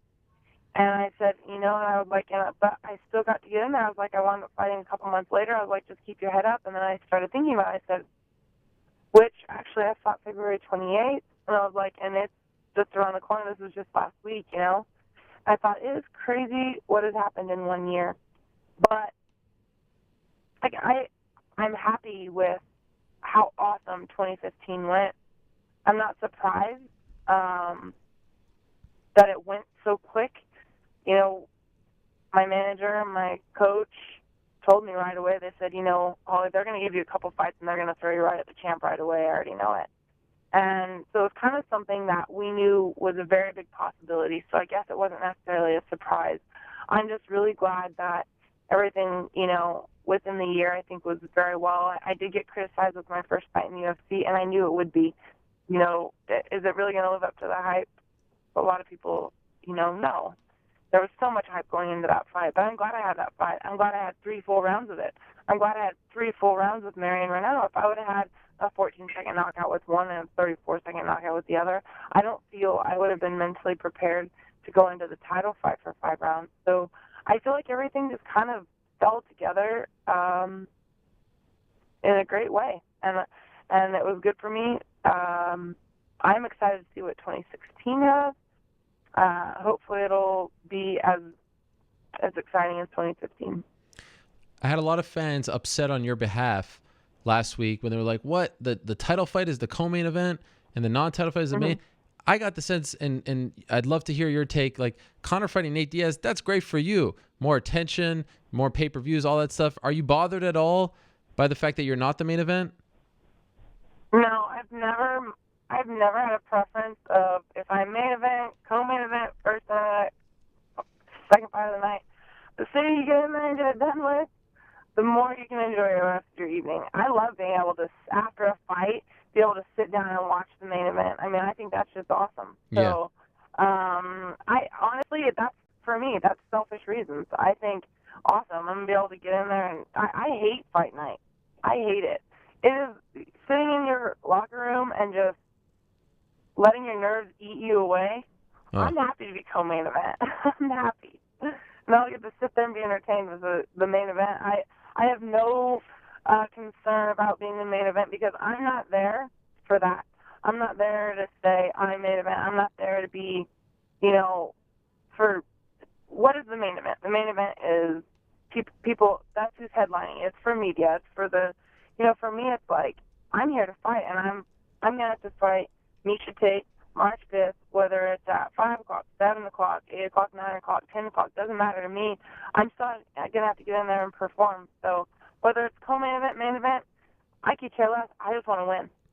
It's amazing to hear you say you hate fight night, and you've been doing this, you've had like 50 fights combined under your belt, and yet you hate something that you're so good at. That's a fascinating thing to hear. By the way, do you feel like the boxing community is behind you more now? Much was made of the fact that you weren't getting that love. Do you feel like they're pulling for you going into this fight? I do, and that's all like a two-sided thing there. It's like, a lot of people, all these, there's probably been more articles written in boxing now than I'm doing MMA. And in a way, it's like, well, great, I'm glad you guys are supporting me, but, where were you? Yeah. My whole boxing career.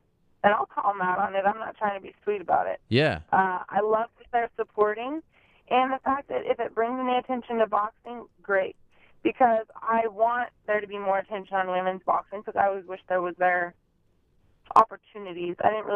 For me, it wasn't like, oh, I need spotlight. It was more like, let's have opportunities so that women's boxing can grow. And so I'm glad that if it's going to bring attention to, women's boxing, great. But I'll also, if they ever ask me about it, I'll often call them out on it and say, why now? Yeah.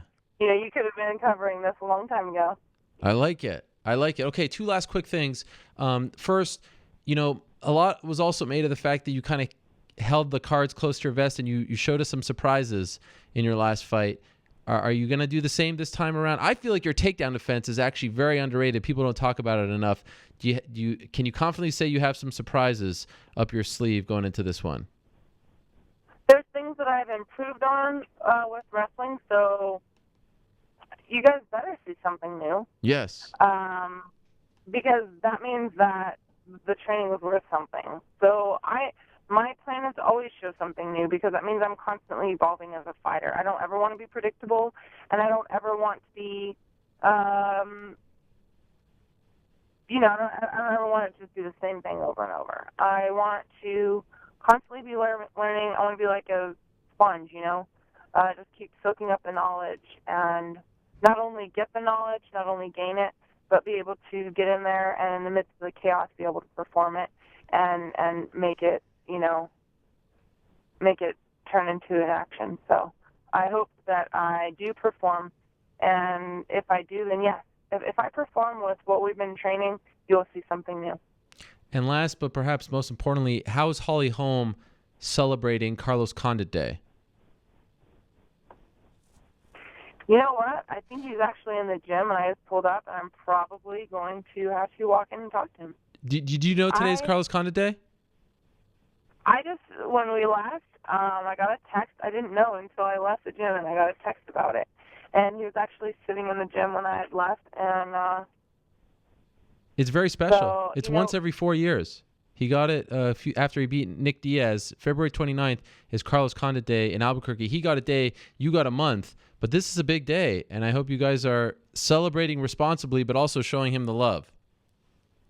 I am going to show him some love, because I'll tell you what, Carlos has been one of those teammates and friends of mine for a long time. We've started here, and really, he's been one of the main people that has been around since the beginning that I've been able to look up to and really get inspired from. I mean, if you can't get inspired from watching a Carlos Condit fight, then you're a dud. I feel like Carlos is he shows versatility in fighting, and he shows heart, and that's just his fighting. That's not talking about how great he is as a husband and a father and a teammate and a friend, and he deserves more than a day, I'll tell you that.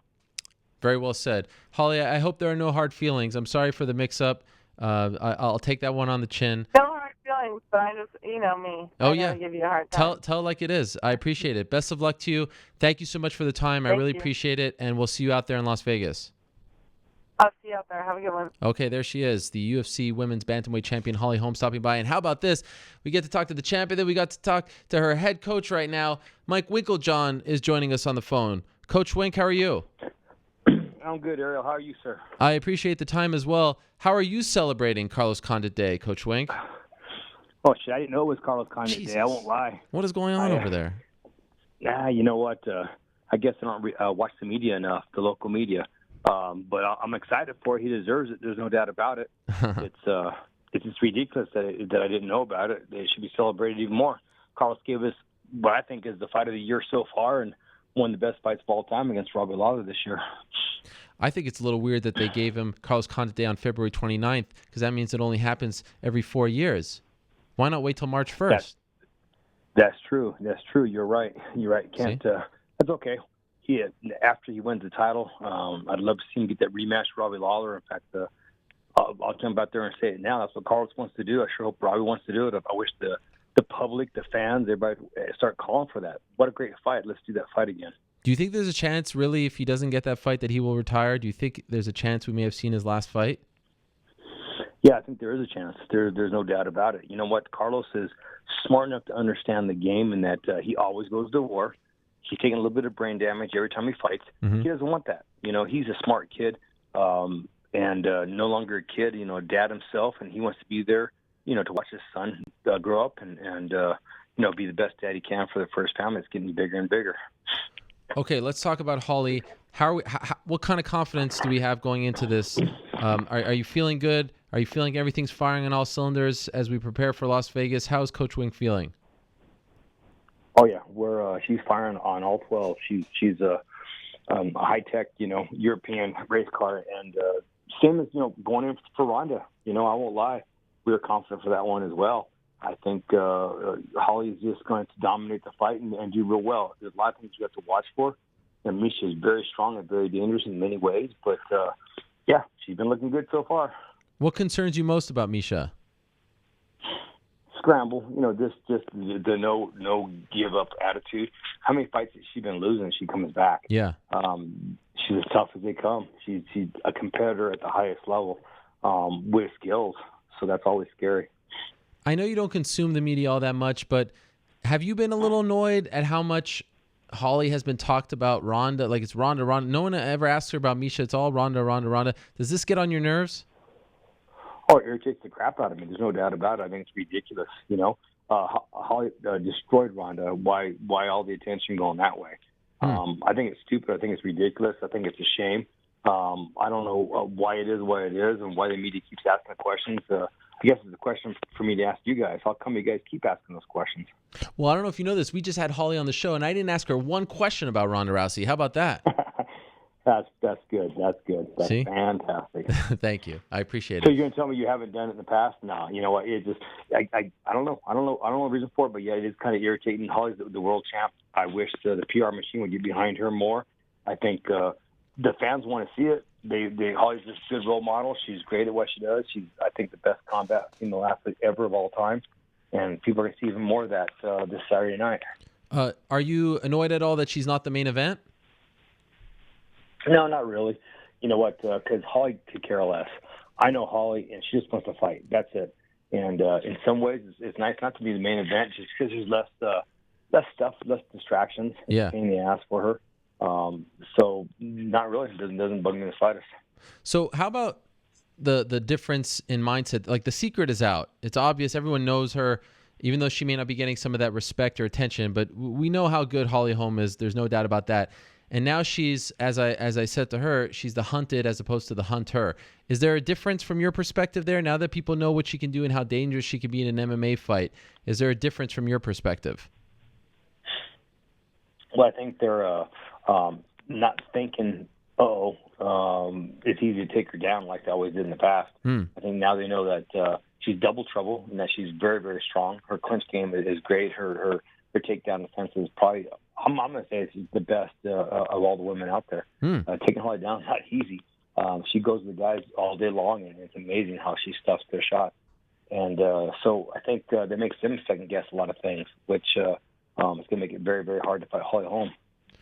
Have you felt that she has been at any point feeling the pressure of trying to replicate the last performance now that she has all this attention on her? Again, she's at the top of her game and she is the champion now. It's much different than being the underdog. Have you noticed, how is she dealing with all of that? She's doing great with it. There is a little pressure to have a great performance, because anything less than a great performance, the fans and everybody's fickle that way. But she just wants to go out there and beat her up and do what she does. It doesn't have to be a crazy head kick. It doesn't have to be anything crazy. She's smart enough to understand the win is the most important thing. Get the W and keep going forward. What do you think? Like if you're a visionary here for me for a second, what do you think Misha does to start the fight? How do you think she tries to set the tone for herself? You know what? She's got a couple tricks to make Holly think one thing and then do another. I won't tell you what I'm exactly thinking, because then she'll change it. But we've got a couple protocols put in place, because I think Misha, two things are going to happen. She knows it didn't do Ronda any good rushing in at Holly, and then nor do you want to come in slow, because Holly will pick you apart. So there's the dilemma for Misha Tate, and I do have an idea of what I think she's going to do and what her coaches will make her do, but I'm not going to show her hand. Fair enough. Would you say though that this is the toughest test for Holly right now, of all the talent out there at 135? Oh yeah, well she's number one for a reason. She's been around a long time, and she's pretty darn good everywhere. She hits hard, and she's tapping people out. Her wrestling is very good. You see, she's beat jiu-jitsu people, she's beat wrestlers, she beat strikers. So she's very good at what she does. I'll also ask you a similar question to the one I asked Holly, but I'm curious to get your perspective. What is the vibe like at the gym these days with John back in full swing? I understand BJ Penn is there. There's a lot going on, as always, at the gym. How would you describe the vibe these days? Oh, it's great. It's competitive. People are getting better. They're pushing each other. It's a big team, though. They also understand they have to help each other to progress themselves. It's kind of like the unwritten rule around here, and it's great. Everybody's helping each other out. I know there's a big event that we throw just for everybody to go together and watch Holly fight. So instead of staying at home and they're on their couches or even here at the gym and watching the fight, they're all going to go to a big event and watch the fight together. It's a big team. Is that at the Route 66 casino? Yeah, I'll be out at the Route 66 casino. Yeah, that's the official Holly Holm party. They've done well for Holly in the past with their boxing, and of course we want to repay that favor. That's kind of how we roll at the gym. We're trying to be loyal to people who've been loyal with us long term. So historically, you've always met up with John Jones at the beginning of his training camps. Now that he's been there for so long, have you sensed a difference in him? Oh yeah, he's starting earlier and in better shape than ever before.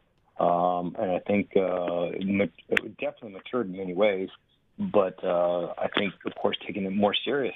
He sees his past mistakes. He knows some of the performances he's had when he trained a certain way versus another.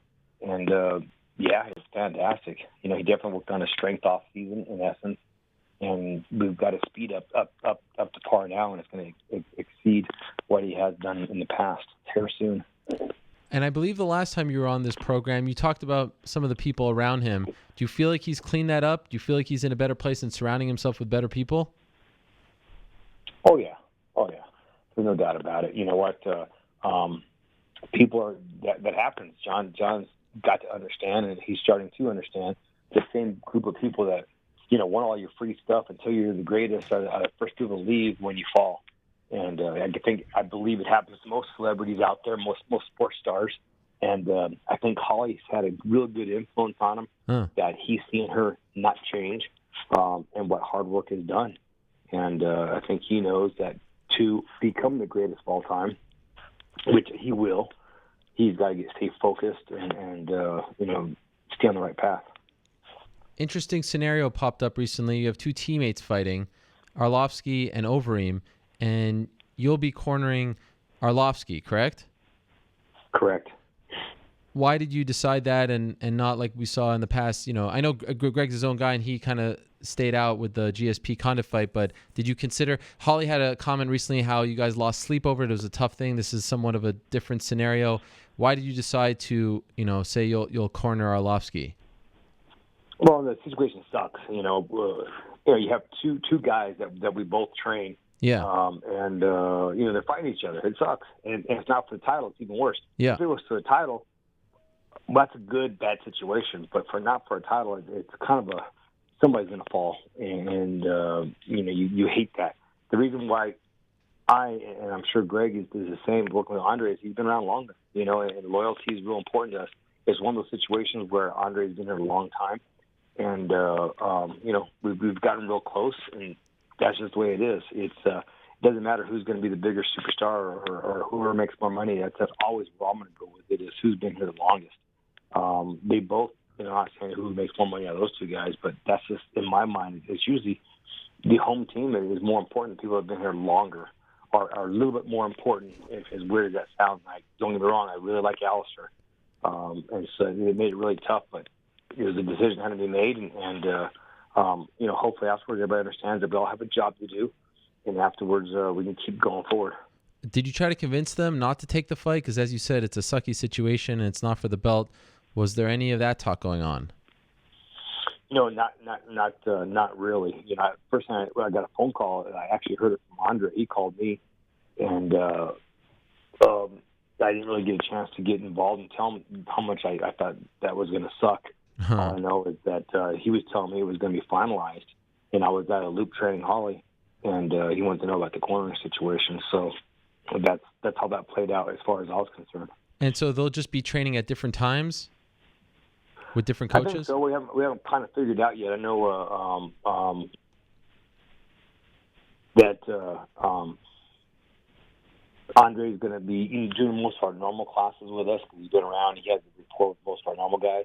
And Alistair, is going to be working, I think, a little bit with some of the guys at Gracie and some of the coaches outside the gym, as well as maybe, and nothing's for a fact yet, at other times with the gym.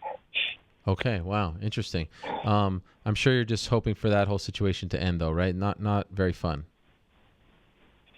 Nah, I don't know. I'm not sure why they picked it. I think, waiting for Kane might have been tough, and I'm not sure who else there is out there. I don't know. But so it's going to be an exciting fight. They both have the ability to knock each other out. It should be great for the fans. There's no doubt it's going to be good for the sport. And have you had a chance to work with BJ Penn? And if so, what do you make of the state of his career right now? Do you feel confident that he is ready to return? I've worked with him quite a bit, and I'm definitely confident he's able to return. He's impressed me in many ways, and I think people will see a lot of improvement in BJ Penn. I think I don't know exactly what happened or why he failed. His career kind of went the wrong direction, but he's got many skills, and he's just been the greatest guy since he's been here. He's really constantly trying to help each other out and has an up attitude and willing to learn. That's what's most amazing, is he's just willing to learn. He asks questions, and he just he tries what you say, and we adjust it. And that's pretty neat when you're talking to a guy that's been a legend as long as he has, that he's willing to learn new things. Commitment has always been an issue for him. Do you sense that he is committed, that he's willing to do whatever it takes to get back on track? Oh, yeah. I think he knows he's all in on this one. Okay. He'd be kind of embarrassing not to. He can't just do it half-assed. He's got to go all the way. And nor would Greg and I would let him do it half-assed. Right. He can go somewhere else to go if he wasn't going to try hard. But I'm confident he's going to try hard. Is he at the gym now? Is he back in Albuquerque? Yeah, he just came back. He was just in the gym this morning, yes. Do you know, will he be fighting in April on the same card as John? I do not know. I do not know what happened. I know that the original thought had gotten changed. Okay. I don't know if that's going to be the card he's going to be on yet or not. I haven't had that discussion with him. I honestly don't know. Okay, but did you have a conversation with him before and say, like, I'm not going to attach myself to you. I'm not going to put our gym's name on you if you're not, like, did you have to sort of feel him out first before saying, okay, let's do this? Oh yeah. I'm definitely a standoffish guy, Yeah, it's one of those things like, hey, let's start working. Let's see what he's got. and we can X him at any time. But I've shaken his hand now, and he's part of the team. He's been great so far. And I think we as a team will be better for it. Okay. Final thing before I let you go, and I appreciate the time greatly. I know it's busy now. What is Coach Wink's prediction? How does it go down on Saturday? Second round KO for Holly Holm. Second round, interesting. So shades of 193. Yep, a lot like it. A lot. So as dominant. As dominant, yes. Ooh, can't wait. Thank you, Mike. I really appreciate it. See you out there, and best of luck to you guys. All right, thanks, sir. There he is, Coach Mike Winkeljohn, stopping by. Second round KO. You heard it here first. It goes down Saturday, UFC 196. Here we go. That was a lot of interviews. I need New York Rick to help me out now. Are you there? I'm here. Welcome back. You were in Chicago. I was. You were at Glory. Yep. How was it? Super fun. I always have a good time at Glory, but it was a really solid event, and main event was interesting. Who won? I didn't even catch it.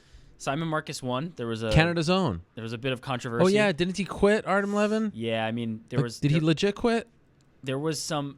He wasn't happy with how the referee was dictating the fight. So he just said, "Screw it, I'm out of here." And he said, "I'm." You're done. kidding. No, it was a situation where there was a knockdown that he thought wasn't a knockdown. Then there was a point taken away, and then there was another point taken away, and he was like, "I'm done with this." What? Yeah. He just walked out. He waved it off himself. What? Yeah. What point in the fight? I think this was in the third round. What? He just said, "I'm done," and then just left.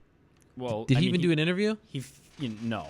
He and that was a title fight. Physically waved it off. Like he was just like, "I'm done." He turned his back and said, "I'm done with this." Was that a title fight? It was a title fight. It was for the belt. So he lost his belt. He lost his belt. What the hell is going on? Yeah. Will you do a rematch? I mean, don't you call the shots over there? Yes, I'll. But it was the I'll reach debut into on my Fight bag. Pass, right? Well, not that fight specifically. No, so I know. Earlier in the night, Yeah. Joe Schilling headlined that card for UFC Fight Pass, which was also a great one. Yes. Schilling took it on late notice and still looked pretty dang good. Guto Inocenc fought. Huge knockout. I didn't even know that he was a kickboxer now. What happened? Yeah, he's when did with that Glory. happen? He's trying to come up in that division, and that was one hell of a way to make a statement. Yeah, I'd say so. All right. Huge knockout. Kudo looked awesome. So- It was fun, top to bottom. Did you get a chance to watch? Were you back in time for London? I was back in time. Woke up, nice and early, and put it on. I will say, with all honesty, a lot of people come up and say, "Where's New York Rick?" We seem to be popular over there, across the pond.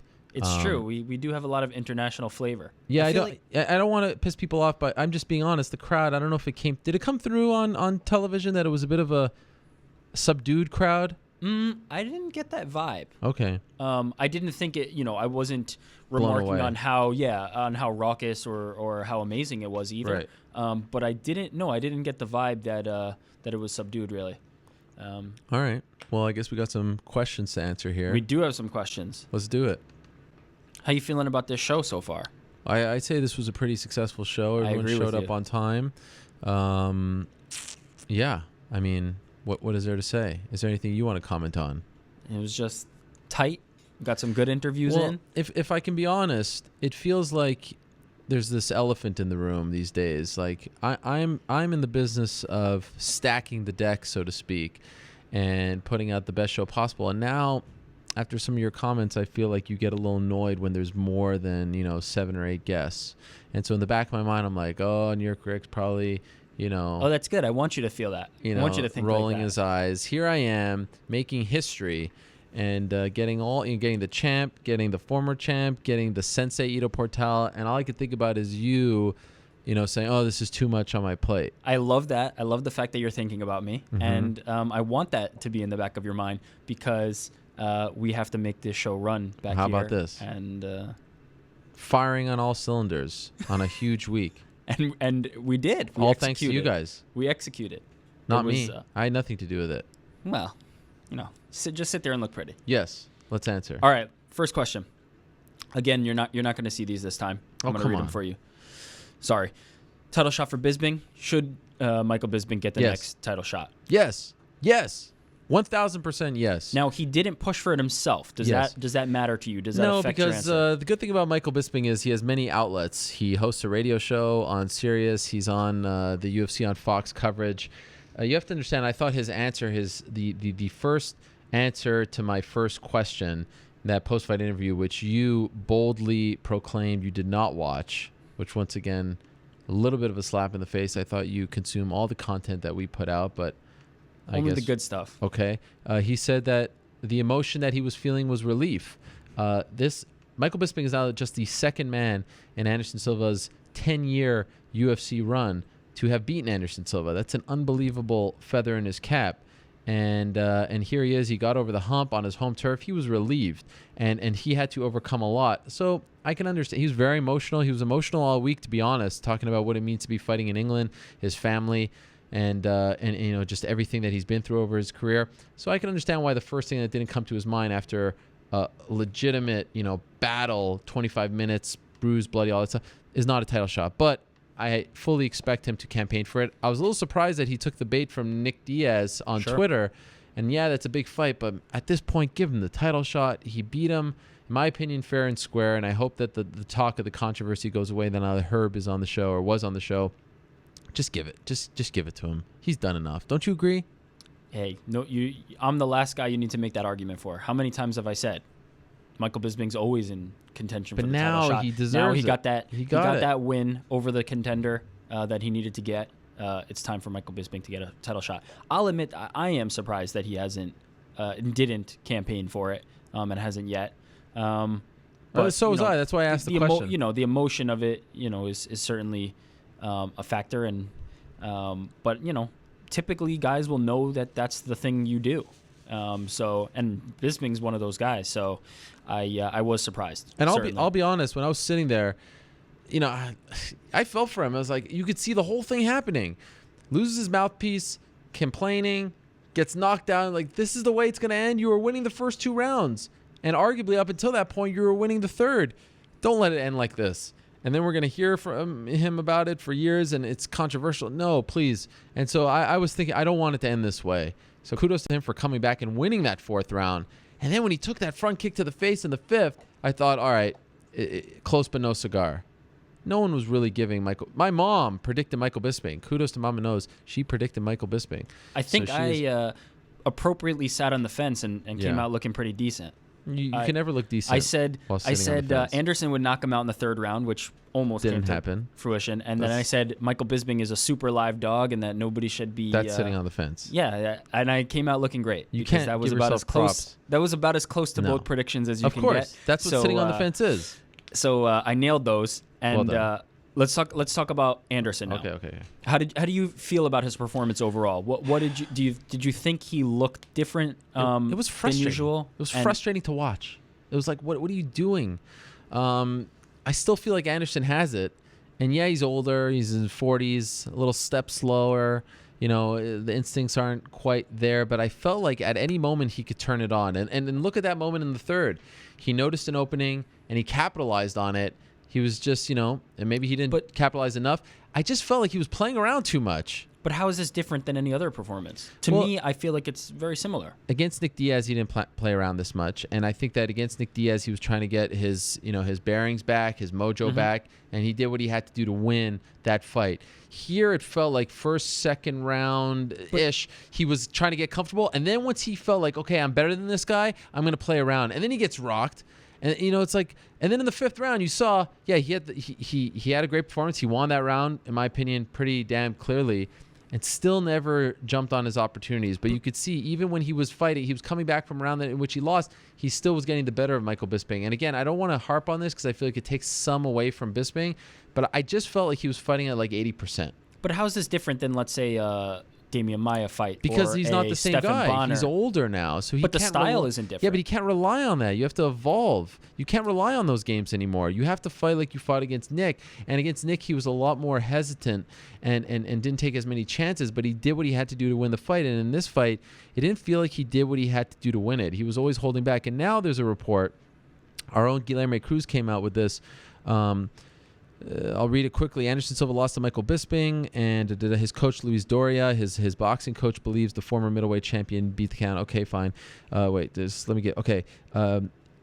He felt a kick he landed in the first round and thought he cracked his leg, and a screw moved. So that limited his movements. He goes on to say, made him stop attacking for a moment. I asked him to attack, but he said, Professor, I'm feeling it. I have no confidence. So this explains a lot. If this is true, this explains why he maybe had to resort to some of those things. And by the way, it was working. And I think also important to give kudos to Bisping, because I think the Bisping of 5 years ago would have fell into that trap. He would have gone frustrated, let his ego get the best of him.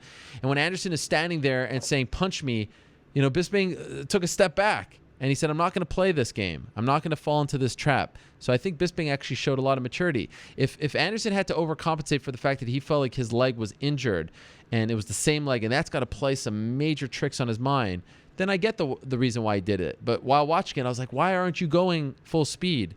Now reading this, you kind of understand why. Sure. I just think the style, your criticism is completely fair, but we shouldn't expect anything different from Anderson Silva. This is the same style. He's just not as sharp or effective as he used to be. That's why he shouldn't do this anymore. Hey, we can't expect him not to do this because that's how he fights. That's Anderson Silva. Well, against Nick, he was different. So I thought maybe didn't look great. Yeah. Did not look good. Fair. Came closer to finishing Michael Bisping than at any point he came to finishing Diaz. Looked terrible, in fact. I'd go that far. Did not look good. So you can make any claim that you want about whether the performance was good, bad, or the other, but I don't think it was out of character. That's what I'm saying. It looked exactly the same as every Anderson Silva fight. Fair. Although it's an older Anderson Silva, so that affects it. But those were super close rounds. For the most part, like the first round was close. It just felt like Bisping continued to move, connected, got the big shot in the second, threw more, landed more in the first. The third was close until the end. The fourth, I thought, he did more again. Anderson didn't really do much. And then the fifth, but it's all like little moments here or there. I got to say, it was riveting to watch it in person because you felt that at any moment Anderson could do something. Bisping was hanging on, continued to fight, like being there. Some of those fights on that card, let's be honest, a little mundane, but that was as riveting of a 25-minute fight as you're going to see. Let's talk about the most riveting moment, the flying knee. Yes. Is that enough? Is essentially the person phrased it as, if a man is flying kneed unconscious but is not finished, is that enough to warrant a 10-8? How do you feel about that? We've had a few people weigh in on this today. Absolutely not. I think that's that. Look, people get confused because it's the boxing model that we're using essentially to score these rounds. And in boxing, when there's a knockdown, it's almost always automatically a 10-8. But MMA is a much different sport, obviously, and a knockdown doesn't always equal a 10-8. If you have a very close round and then a knockdown at the very end, that's not a 10-8. So that didn't even cross my mind. I was surprised that people were actually talking about that afterwards. I actually think it was a 10-8. How? Because there's a difference between being knocked down and being essentially knocked out. And so you could make the case that Michael Bisping was damn near knocked out. Yeah. And I think that it should have been a draw. That's how I scored it. Wow. Because I think that was a 10-8 round. If he is hanging on by the thread, like the tiniest little thread from essentially losing the fight via TKO, that's enough for me to call it a 10-8. And that's not the same as, if the Anderson Silva being knocked down. I don't view those equally, and you shouldn't. But based on the system we have, you're saying that we should. I don't agree with that. I think that there's a difference between the strike that Anderson Silva landed with that flying knee and Michael Bisping's knockdown of Anderson Silva. And I think there should be more weight given to that, and therefore the 10-8 should be something that's at least considered, at least thought about. But I think when it's so close and there's one shot like that, it's not a 10-8 round is a dominant one-sided round. What's more dominant than essentially finishing? That's a moment. He finished him. He didn't. He didn't finish him. The fight continued. Damn near. 99%. Damn near is not finishing. So, but then my point is that varying degree should be considered.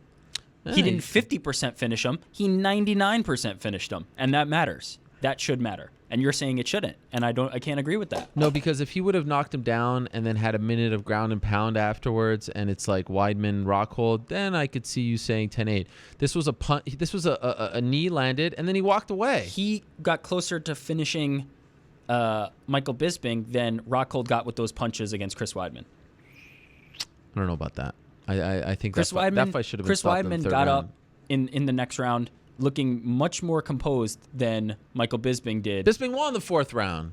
Yeah, didn't look good in the start of it. Still won it. Looked like he was completely out of it. It's playing possum. It's called the rope-a-dope. I think the 10-8 needs to be considered. And this is the problem with not having varying degrees of, what's a more effective strike than another. It's a problem. The 10-point must system, is a problem. And again, it works better in boxing for this very reason. I still maintain it didn't even cross my mind, to be honest. Maybe I was just consumed by the madness of the moment. I had no idea what the heck was going on. And how weird is it that the same kind of thing happened in 2 fights on the same card? The Arnold Allen fight as well. I mean, a much different scenario because Allen ended up winning it. But it was bizarre. I thought he finished him in that fight too. It's so strange. The whole thing is so strange. What a crazy sport. Yeah. I gotta love it. I mean, with that one, fortunately, there's not much controversy because he was going to win anyway. And I still maintain. What do you think about my thing with the clock being removed? Like, can't they synchronize these things so that we can see the clock? It's weird that they take it away. I never really thought of it up until this weekend. It's the most important part of the fight, the last 10 seconds. I mean, sure. It's strange. Okay. Someone, I never look at the YouTube chat, never, and they're going to love that I'm calling them out right now. Someone just wrote, 10-8 would be Reebok stupid. And I think that kind of sums it up. Yeah, that's a brilliant comment right there. It makes so much sense. It's like just such witty stuff. To notice that Bisping's post-fight interview with you, which I did see, by the way. Bollocks. I did see it. Bollocks. He was critical of Herb Dean. Yes, we've mentioned this. We played it. How about the fact that we had that clip queued up? Herb was like, I didn't hear it. And I was like, oh, how about we listen to it right now?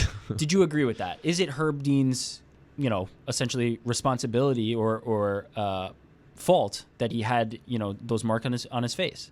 Did Herb Dean do anything wrong in that case? Well, I think, and I hope this isn't the case because I really have the utmost respect, and he was so gracious with his time, and in particular in that moment, I think he may have been a little bit annoyed with me in that moment, Michael Bisping, because I said, how does a veteran like Michael Bisping, who's winning this fight, take his eye off the ball, essentially, and allow himself to focus on the mouthpiece? And I know it's important, and I know you can get knocked out easier when you don't have it, but still, you know that there's 10 seconds left because you heard the klaxon as they call it, and then you're focusing on this, and I don't think there was a lull. So I don't agree with anyone saying that Herb Dean messed up. I really don't think there was a lull in the action. I think if Herb would have stepped in there, people would have said, wait a second, Anderson was threatening. He was moving forward. He had him on the ropes, so to speak. He had him up against the cage. So ideally, you find that lull in the action, you give him the mouthpiece. But I think, as they say at the beginning of a fight, defend yourself at all times. And Michael wasn't doing that, so he was very lucky that he weathered that storm. So I had no problem with what Herb did. Completely agree. The people pointing to the moment where Herb is telling Michael Bisping to fight on as a possible, break in the action to give him the mouthpiece. Yeah, it's not long enough. It wasn't a significant stop in the action. Anderson Silva, as we saw, like moments later, was ready to strike. So I don't agree with anybody criticizing Herb Dean's decision making there. My good pal Pete Carroll of Severe MMA, who did a great job breaking down the card with us before and after, as well as Simon Head of the Sun, said it had all the drama of a Shakespearean play, and it really did. There were so many highs and lows in that fight. Really an exhausting fight to watch, but a lot of fun as well. Speaking of referees, Marc Goddard, also a topic of conversation from that fight night. What did you think of his no-nonsense performance? I guess no-nonsense because, and this is me editorializing, because he seemed to be giving stern warnings, took away points, said, I'm in control of this fight, and then he later went on to explain himself. Great job, by the way. On Facebook. What did you think of that? First of all, I love that we're getting some transparency. This is something that I've been calling for. We never get it from the judges, but I'm happy that Herb came on the show today, that Marc went on his Facebook and explained himself. I loved it. I loved the part when he said, I'm the referee. I'm not your mother. I'm an authority figure. And there's 16,000 people there, and I have to, I have to be an authority figure. What's the line from South Park? You will respect my authority. That's what I was thinking. Yeah, that's exactly it. Like, what do you want him to be nice to you? You want him to be kind? Like, no, the guy was he was clearly. The one thing I wanted to ask her, but we were running out of time. It's just like this idea that we've talked about, the warnings, right? The warning should be before. The first warning should be before the fight about everything. And then if you do one infraction, you should be penalized for it. And so I think that Marc was actually rather lenient, and it kept happening, and he put his foot down. Like, people are offended with his tone, with the way he was talking. Come on, that is bullocks. He did exactly what he needed to do to take control of that situation. A lesser ref might not have done what he did, and it would have been controversial. All the credit in the world to him. He took control of what he needed to take control of. And, you'll see in the Facebook post, he talked about the fact that Vera came up to him after and said, what you did was right. So there's nothing there other than props for Marc Goddard. By the way, why are you responding to nonsense on Twitter in the midst of, this is your segment to shine? You writing to these people on Twitter during all this? What does that even mean? What Focus. was I doing?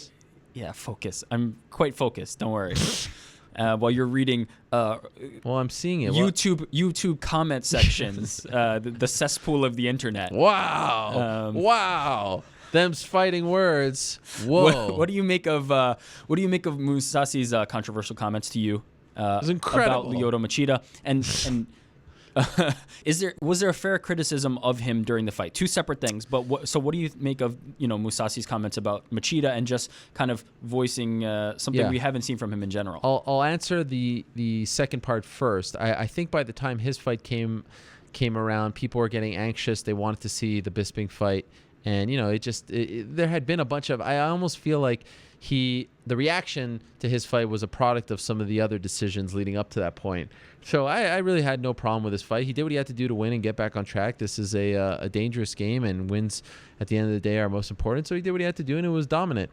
And it's interesting. His manager came up to me after, and he's like, "Do you want to interview him?" And I said, "Yeah, of course. I would never turn down an interview, especially with someone coming off a win and with his resume." But he wasn't really the story of the night. It was just a fight, and everyone was talking about Bisping Anderson. And then I do the interview, and he drops these bombs left and right. First, at the press conference, I got the sense that he was getting annoyed. Actually, first, at the end of the fight, I don't know if they showed him on TV, but he was egging on the crowd when they were booing him. It looked like he was annoyed. He gave him a little hand gesture. Oh, did he? Oh, I did not see that. I forget what they call this one, but when you put your arm onto your other arm, maybe it's like a yours or something. The fungur. That's what he gave. Something, he gave the crowd that's that one. right away. So, that's great. And then, so he's annoyed. This guy's fighting for his life, and you're booing him. And then, you get sense that he was getting annoyed over time about the rankings and everything. And then at the press conference, he did his own thing, had the little subtle mic drop. But then in my interview, I thought he was going to ask for Bisping, maybe Vitor. That's been a fight he's wanted for a while. I didn't think he was going to start talking about Machida, greasing, steroid use, and even they were telling the thing that people don't know is they were telling me to rap. He had to get on the bus, so I couldn't really expand on that and ask him a follow-up. But he's like, no, and they're like, just hearing him swear, and the shirt that he was wearing. Talk about stealing some headlines and change. Like after that, everyone was talking to me about the Mousasi interview, and no one was really talking about him after the fight. So great job by him. That's the perfect segue. What did you think of his performance? Was the criticism of him fair? No, I had no problem with it. I completely agree. Yeah, no problem. And you oftentimes see this, and guys will mention this after they get knocked out for getting a little sloppier than they would have liked. They come back with a more conservative performance. But by no means was it not a dominant performance. Mousasi looked completely dominant in that fight, and there's almost no criticism you could have of that in terms of there was no point where he was threatened in that fight. Mousasi was in complete control. But yeah, he admitted himself that he tried to tighten up his game after getting knocked out, which makes perfect sense. And you can't really knock a guy for that. Proves once again, speak your mind, let it out. More good than not usually happens. How about Mr. Finland? What's next for Makwan Amirkhani? Or Mackers, as they call him now in Ireland. This person is suggesting Cole Miller or Mirsad Bektik. What do you think about those? Wow. Those are top 15ers, they're saying. So is it time for him to jump into that? Wow. That mix. Interesting. Yeah, cool. It's interesting what he said. He has said in the past he likes to not take any damage. He's got his pretty face, but he liked taking the damage. He said the women the women like that. You know, he didn't have a lot of time at SBG. Kavanaugh wasn't in his corner. Now he's going to have a longer camp. And, you know, he hadn't fought in a while. He hadn't fought since June. He had quite the tumultuous, you know, last few months with leaving All-Stars and everything that happened in his personal life. So I thought it was a solid win. I thought he showed a lot on the ground. Him and Wilkinson, that was a lot of fun. He's sort of coming out of nowhere, the back and forth there between them. Wilkinson's a tough guy as well. Tried to get under his skin. So, yeah, I had no problem with his victory. I thought it was a nice, you know, 3-0 now. Take a step up. Those fights are interesting. I'm down with that. I love those fights, and I also don't think it came out of nowhere. I think Makwan is that kind of guy. Like, he's going to create a storyline for himself, even though he's not, you know, near the top of the card. He's an interesting character, and he knows how to promote. I really like him, and it's good to have him around. Okay, do you think that Europe is the main focus for the UFC now? With, you know, the number of shows in Brazil dwindling, and the ability to broadcast on Fight Passes as a viable option, do you think that they're going to focus more on Europe? No. If anything, they're doing more in Vegas these days than anything. I thought it was interesting that they broke the record for attendance. It sold out in 25 minutes. The gate was 2 million. All this happened with just one fight essentially announced. Originally, it was Bisping and Mousasi, and then they get, you know, think about how unprecedented that is. People bought tickets in record fashion for a fight and a card that really had one fight on it, and then they say, you know what, we're going to give you a better fight, and we're going to throw Anderson Silva, the quote-unquote greatest of all time. That's crazy. The UFC never does something like that. So it's sort of like a reverse injury bug, if you will. I think they should, you know, like I said to James Elliott on Saturday, the VP and GM of EMEA, Europe, Middle East, and Africa. There is a fine line between, you know, capitalizing and growing a market and going there too many times. I feel like they go to London too little. They should probably go more than once every 2 years. And I think London, you know, proved that they're into this. But as far as the entire European region, yeah, they're going to Zagreb. They're going to Rotterdam with Overeem. That's great. But I still feel like North America is the bread and butter. I mean, that's where the big fights are going to go. There's no doubt about that. And the time difference is a major reason why. Next move for Conor. Okay, this person is supposing that he beats Nate Diaz. Okay. What happens next for Conor? Is he fighting at 145? Is he fighting Dos Anjos? Is he fighting at 170? What's next for Conor McGregor? If he would have beaten Dos Anjos, I feel like he would have fought Lawler for the belt. Now that that's not happening, that's the trickle-down effect here. Like, he can't make history, and so it's kind of weird to jump over 155 to fight at 170. So my gut says 155 against RDA at 200. But, I mean, honestly, December 13th, whatever it was, the day after 194, did you ever in a million years think that Conor McGregor's next fight would be at 170 pounds? Like, we can't even sit here and predict these things anymore. It's unbelievable. This is absurd. No one predicted this. So who knows, but I have a hard time seeing them. I feel pretty confident it won't be at 145. He looks so much happier and better, healthier walking around now. So why go all the way down? Well, and at some point he has to decide, you know, where he's going to stay. Here's the rub, though. Yeah. If Dos Anjos can't, in a reasonable amount of time, face Conor, sure, he's going to have to defend the 45-pound belt, if not for any reason other than to keep having that active, belt when he eventually fights for the 155-pound belt. He'll need that to make that history. He'll need that to have both of those belts. So if Dos Anjos, can't get healthy or can't get right in any quick amount of time for Conor McGregor, he may have to do that 45-pound fight again. What would you prefer? Like a Frankie Edgar or Aldo? I think Edgar. Yeah. I think Edgar's earned it. Yeah. There was nothing about the Aldo performance that made me think that this needs to be an immediate rematch. I'm not a fan of those in general, but this one certainly. He knocked him out clean in 13 seconds. I mean, I think Frankie Edgar's earned it. Let Aldo get back on track with another win. And Aldo may end up facing Frankie Edgar or, any permutation like that. It may not even be Conor McGregor. So I think I think there is, some I don't know what the word is that I'm trying to think of, but there's multiple ways this could play out. It's sure, really not fascinating. set at all. And Conor McGregor is kind of in the driver's seat of it. I want to see Aldo versus Max Holloway, but do you agree with what I said at the top? Conor is bigger than any title. Like, fighting Conor at McGregor weight. Do I believe that, or does Conor McGregor believe that? I believe that. I'm asking if you agree with me. I think that beating Conor McGregor means more than beating anyone else. So it doesn't matter if there is a belt or not on the line. What do you mean by means more? Like long term, it's just having that win. Now, do you mean the first guy or just like, because my thing is having that UFC title matters a lot. You are the champion of the premier mixed martial arts organization in the world, and that extends beyond you. It's at least 2 fights if you win it, because you've won it and then you defend it. Fair. That's at least 2 big fights for you. Yeah, but if you beat Conor McGregor, you get the rematch. Think about this. I asked Aldo and Edgar this question. What means more, fighting Conor or fighting for the belt? And they picked the belt, and I think that fighting Conor is the answer. That's the lottery ticket. I'm not 100% sold on it for a one-fight thing. For a guy like Nate Diaz, 100%. Fighting Conor McGregor makes more sense than jumping into a title shot with short notice and that kind of situation. Conor McGregor is a lottery ticket, as he tells us every time, and he's right about that. He is right. But if you're a fighter fighting in that division, I'm saying that the belt is still more prestigious than beating Conor McGregor. Disagree. You're setting yourself up for much more long-term success, and you're setting yourself up for something in history that's more important than one fight. And don't you realize that all he cares about are his checks, and they weigh super heavyweight? Yes, but that's not the rest of reality. Conor McGregor's in his own world, and it is his world. Make no mistake about it. I realize the value of getting in there against Conor McGregor and beating him. But if the option is UFC Championship or Conor McGregor, I think it's still in the favor of UFC Championship. But it's closer than it's ever been in any other point in history. Yep. Nobody else matters as much as Conor McGregor. Unbelievable. Holm versus Tate?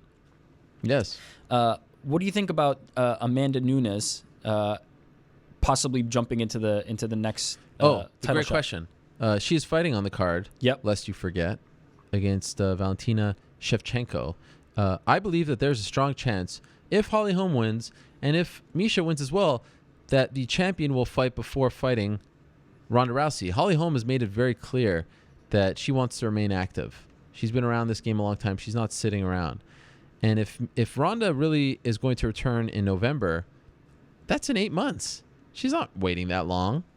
So I could very well see, and I think there's a reason why that fight is on this card. I could very well see that happening. They also proposed, if it's not a title shot for Nunes, what about Zingano for a #1 contender fight at like UFC 200 or something like that? Isn't it amazing? We were talking about Holmes' debut being a year ago yesterday. That was Zingano Rousey. What did that last? That lasted like 14 seconds or something? Was that 14 seconds? Yeah. And or we 16 or something like that. I think it was 14, and we haven't seen Kat since. Crazy. I'd like to see her back. I'd like to see her fight Juliana Pena. Oh, I like that fight. That's the fight. But what this tells us is there's a lot of options now at 135. Yeah, it opens things up. It opened things up a lot, as it always does. It was 14 seconds. If Misha Tate wins, yes, who would Ronda fight in her return? Would she be fighting Misha Tate? That's a good question. Again, I still think there's a possibility that the champion fights again before Ronda comes back. But that's not the question here. Who would Ronda face in her comeback, regardless of what? Misha, for sure. She goes for the belt. That's believe it or not, that's almost best case scenario for Ronda. I know she said otherwise recently, but that's someone you've won against twice. You have confidence when fighting her. I mean, that's the best case. And now she's the champ. That's great. Absolutely. I agree. Best case for Ronda for sure. Yeah. What's your best guess at the UFC 200 main card if Conor and Holly both win this weekend?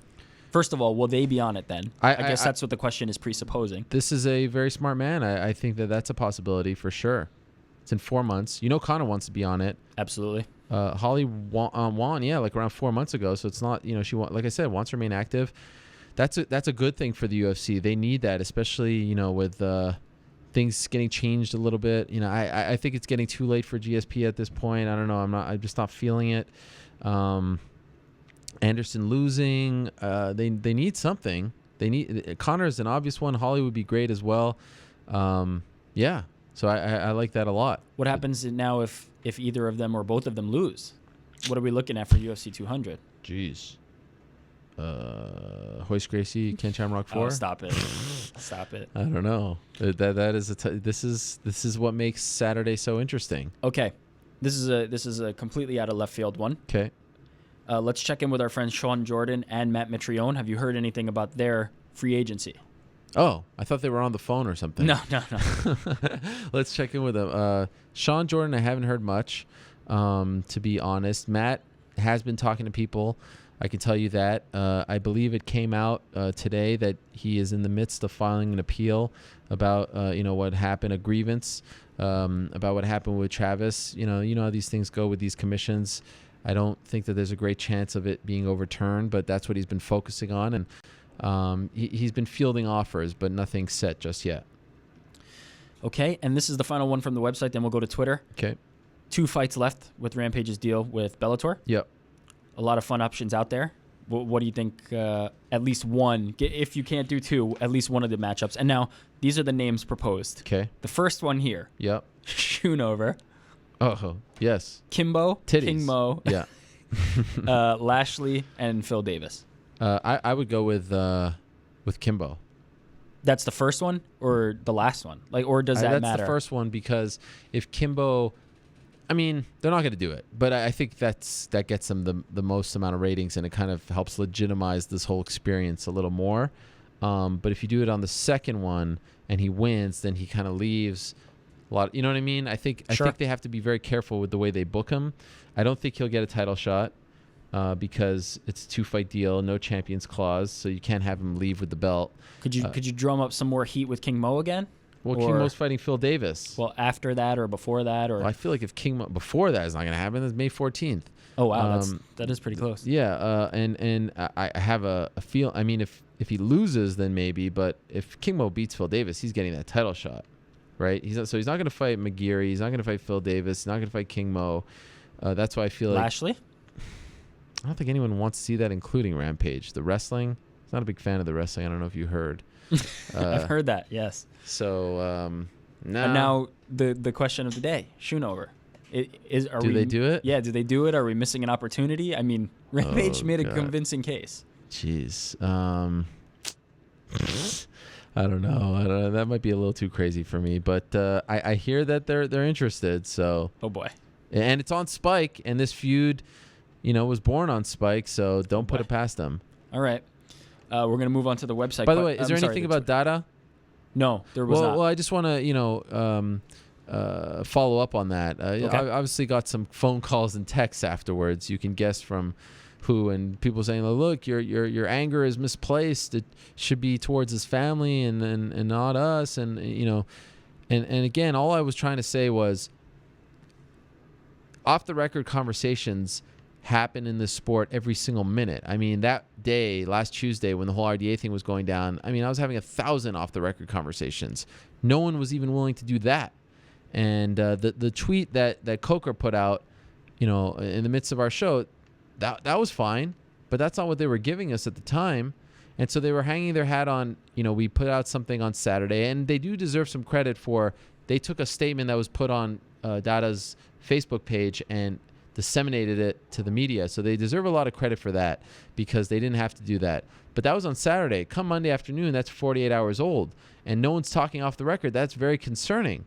And oh, by the way, they were saying that he's progressing well, he's going to be out at the end of the week. Well, he's still in the hospital, according to the last update. So obviously the concern was very valid. And so I heard from a lot of people who were fine with talking off the record after the fact and saying that, look, we were trying and this, we were traveling, all this stuff. I was like, well, where were you before?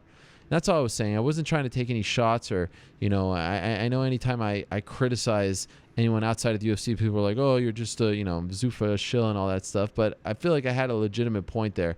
It was a very scary situation, and obviously it was very serious because he's still in the hospital, and no one was even willing to talk, say, look, this is the situation, this is where we're at, this is where we're doing this.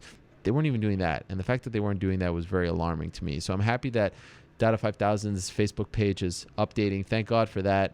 And, I hope the best for the guy. I hope that everything works out and he could be released very soon. Yeah, my dad even asked me about it this weekend. Wow. He asked me. Your dad's all over things. He might. Well, my dad he keeps up with the MMA world now. But, he was wondering, what's the status of Data 5000? Rampage versus Tito, another one that someone throws out, which is fine. What about that one? Nico the Greek. Yeah, I'm cool with that. There was a time where they were trying to build that up. That was a fight. You remember? That was, and then he pulled out a week before. That's right. Okay. King Mo. Yeah. Okay. The pay-per-view. Bisping, Hall of Famer or no? Hell yeah.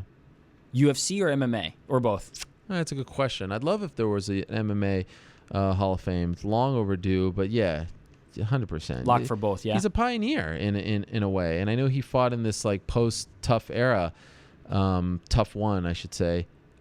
He's a pioneer, so yeah, 100%. And that's why I'd like to see him at least fight for the belt once. It would be a shame if that never happens. The time is now. Hashtag. Agree with you completely. Bisping's a no-brainer. So is Brock Lesnar, by the way, but that's a different argument for a different day. I wouldn't argue with you there either. Wow. Silva, should he expect to face any consequences for his post-fight interview? I believe there was something about total corruption or no. He made some kind of comments. That's the beauty of having a translator. You're like, he's mistranslated. Wait a minute. Was that an Anderson Silva impression? Oh, no. Oh, boy. No. I would have liked to hear it again if normal. It was. It's normal. It's not bad. It's a good not show. It's a good respect for the crowd. Okay, I think we found a Facebook clip for this week. Parabéns. Obrigado. Thank you, Master. Rafael Cordeiro. No. Rafael Feijão. That is not bad. Nogueira Brothers. Os. Sensei Segal. This is it. This is the Facebook clip for this week. But ultimately, obviously, he's not going to suffer any consequences from that post-fight interview? I don't think so. Okay. I don't think so. It's the heat of the moment. Emotions are high. Actually, 2 questions. This one's my own. Okay. What's next for Anderson? What do you want to see him like? Do you want to see him in big yes. headlining fights? Yes. Is his title contention over, though? Like, what do you think? I'm a sucker for the Tim Kennedy fight because there's bad blood. Absolutely. I was told that they were interested in that had he won. Maybe this is the fight that gets GSP back. Do you think it's possible? Or am I crazy? Minute. They were interested in that had he won. Yeah, I don't know. Not the title shot? Weird. Bisping title shot. This was brought up. This was brought up. No. They not being the UFC. They being other people close to him. Oh. You should still be interested in it, first of all. Sure. Why not? I mean, look, they're both coming off losses. Yeah. Tim Kennedy's last fight was a loss to Yoel Romero. So I think that's fun. If you want to see him in like some legend fights, one was brought up to me and I forget what it is now. I don't really want to see the rematch. Do you? It was special. It was fun. No, I don't want to see the rematch. But now, do you think Anderson Silva's of that same track? Do you think he's the guy who? Well, I think they're kind of calling for it. Ed Soares, I saw on Instagram. No. Oh. What I mean by that is the guy to take fun fights and not be chasing the title, not be really concerned about it. Kind of take fights that headline cards. Sure. Or do you think because he's likely not going to be fighting for the belt, possibly walking away? Like, what do you see Anderson Silva in that scenario? I think it's interesting that I just saw that I got a text from Holly Holm that she was whoops. Anyway, there was a miscommunication there, 100%. But way to go. No, not on me. Trust me. Anyway, I feel like it was interesting that he was talking about the title all of a sudden. You know what I mean? Mm-hmm. And not like after the Weidman fight, he felt like he was free to the title. So I still think Anderson's a big enough name in a thin enough division. If he would have won, I think they would have done the title fight after Weidman. Now I think he won, but who knows how this changes? I mean, if his foot is really cracked, his leg is really cracked, that's a big problem as well. Sure. So there's still a market for Anderson Silva. Let's put it that way. And you mentioned Yoel Romero. Yes. Do we have an update? No, I actually checked in on that. There's no update just yet. That's it for the questions for today. That is it. All right. What about? Did you see that promo for Connor and Nate, the one that aired on the broadcast? I didn't. There's one online. You got to find it. It's just like this is one of those times where the UFC. They have a guy there who's been putting together some promos where the UFC promos are getting better than the fan-made promos. It is just, the whole thing is so crazy. I mean, I was at the open workouts and we jetted home to the hotel, and it was so strange covering a big event like that when everyone's just talking about Conor, even the fighters themselves. And I was sitting there in my hotel room and just watching this scene unfold. I have no problem with saying that I am pretty exhausted right now, but I cannot wait to take part in that whole scene in Las Vegas. It is going to be insane. The Irish, the Stocktonians. What do you say? Give me a prediction right now. Conor McGregor. Okay. Holly Holm, Miesha Tate. Holly Holm. Okay. I've looked at the odds, obviously. Yeah. Because I'm very interested in this card. I mean, I cannot believe that Jim Miller is only a slight favorite over Diego Sanchez. Wow. That's the pick to click? I think that's got to be the pick. Jim Miller, he lost to Michael Chiesa, but I still think he's got enough. And, Diego's been on a rough run lately. And I think Jim Miller, I like that one a lot. Trying to see if there's anything else that jumps out at me. No, not particularly. I like Jim Miller, and I'm definitely with Conor McGregor. I mean, even at minus 420, Conor McGregor might be a good bet there. He's minus 420? Yeah. That just feels like... That's perfect. That feels like it's rigged. That's perfect. It would have been better if Diaz was plus 420, but, we can only get what we have, but that's pretty good. Did you like the walk and talk with Bisping? I love the walk and talk with Bisping. Why, you trying to test me? You think I didn't watch it? Saying.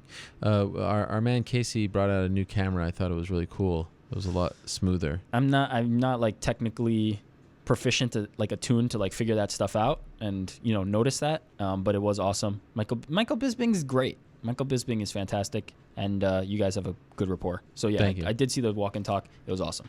All right. On that note, we say goodbye. There he is, Ido Portal's understudy, Mr. New York Rick. The hair. What do you think of his hair, by the way? I mean, on point. just beautiful. Just beautiful. Mr. Helwani. The greeting was fantastic, and needless to say, the hair was fantastic. Oh, one last thing. Yes. Shout out to Josh and James from the MMA complex. Good dudes. The hell's that? Can't just give out shout-outs of course to I random can. people? Shout out. All right. Anyway, we are done. You can hit my music. We are getting ready now. Going to get my beauty sleep on. Hope you enjoyed the program and all the hard work that went into it. What a show.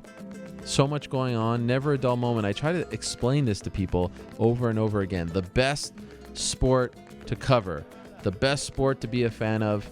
I mean, where else do you get this kind of stuff? One guy's about to fight for the belt. He's about to make history. He's about to fight in 2 different weight classes. And then the next minute, you've got this guy from Stockton, California. There he is. The 209. Do you see that interview at the airport? What's the game plan? Get out of the way, hit him with some stuff, come home with a pocket full of cash. That's the game plan. American Ninja versus Irish Ninja. This is going to be fun. And who would have thought it would actually feel even bigger? Crazy. Still hope we get that RDA fight. But for now, this is going to be fun. We'll be there starting Wednesday. Anyhow, thank you very much to Marc Raimondi for stopping by. Great stuff as always. Thank you very much to Frankie Edgar. Looking forward to having him a part of the Fox family this weekend. Thank you very much to Anthony Pettis. Best of luck to him, April 23rd. Thank you very much to the great Brian Stann. Tremendous insight as always. Thank you very much to Jose Aldo Jr. Obrigado, parabéns. Thank you very much to Ido Portal. Great stuff from him. Thank you very much to Herb Dean. Thank you very much to Holly Holm. Best of luck to her. And thank you very much to Mike Winkeljohn. Thank you very much to all of you for listening as well. Back next week, same time and place. Until then, say peace. I'm out of here.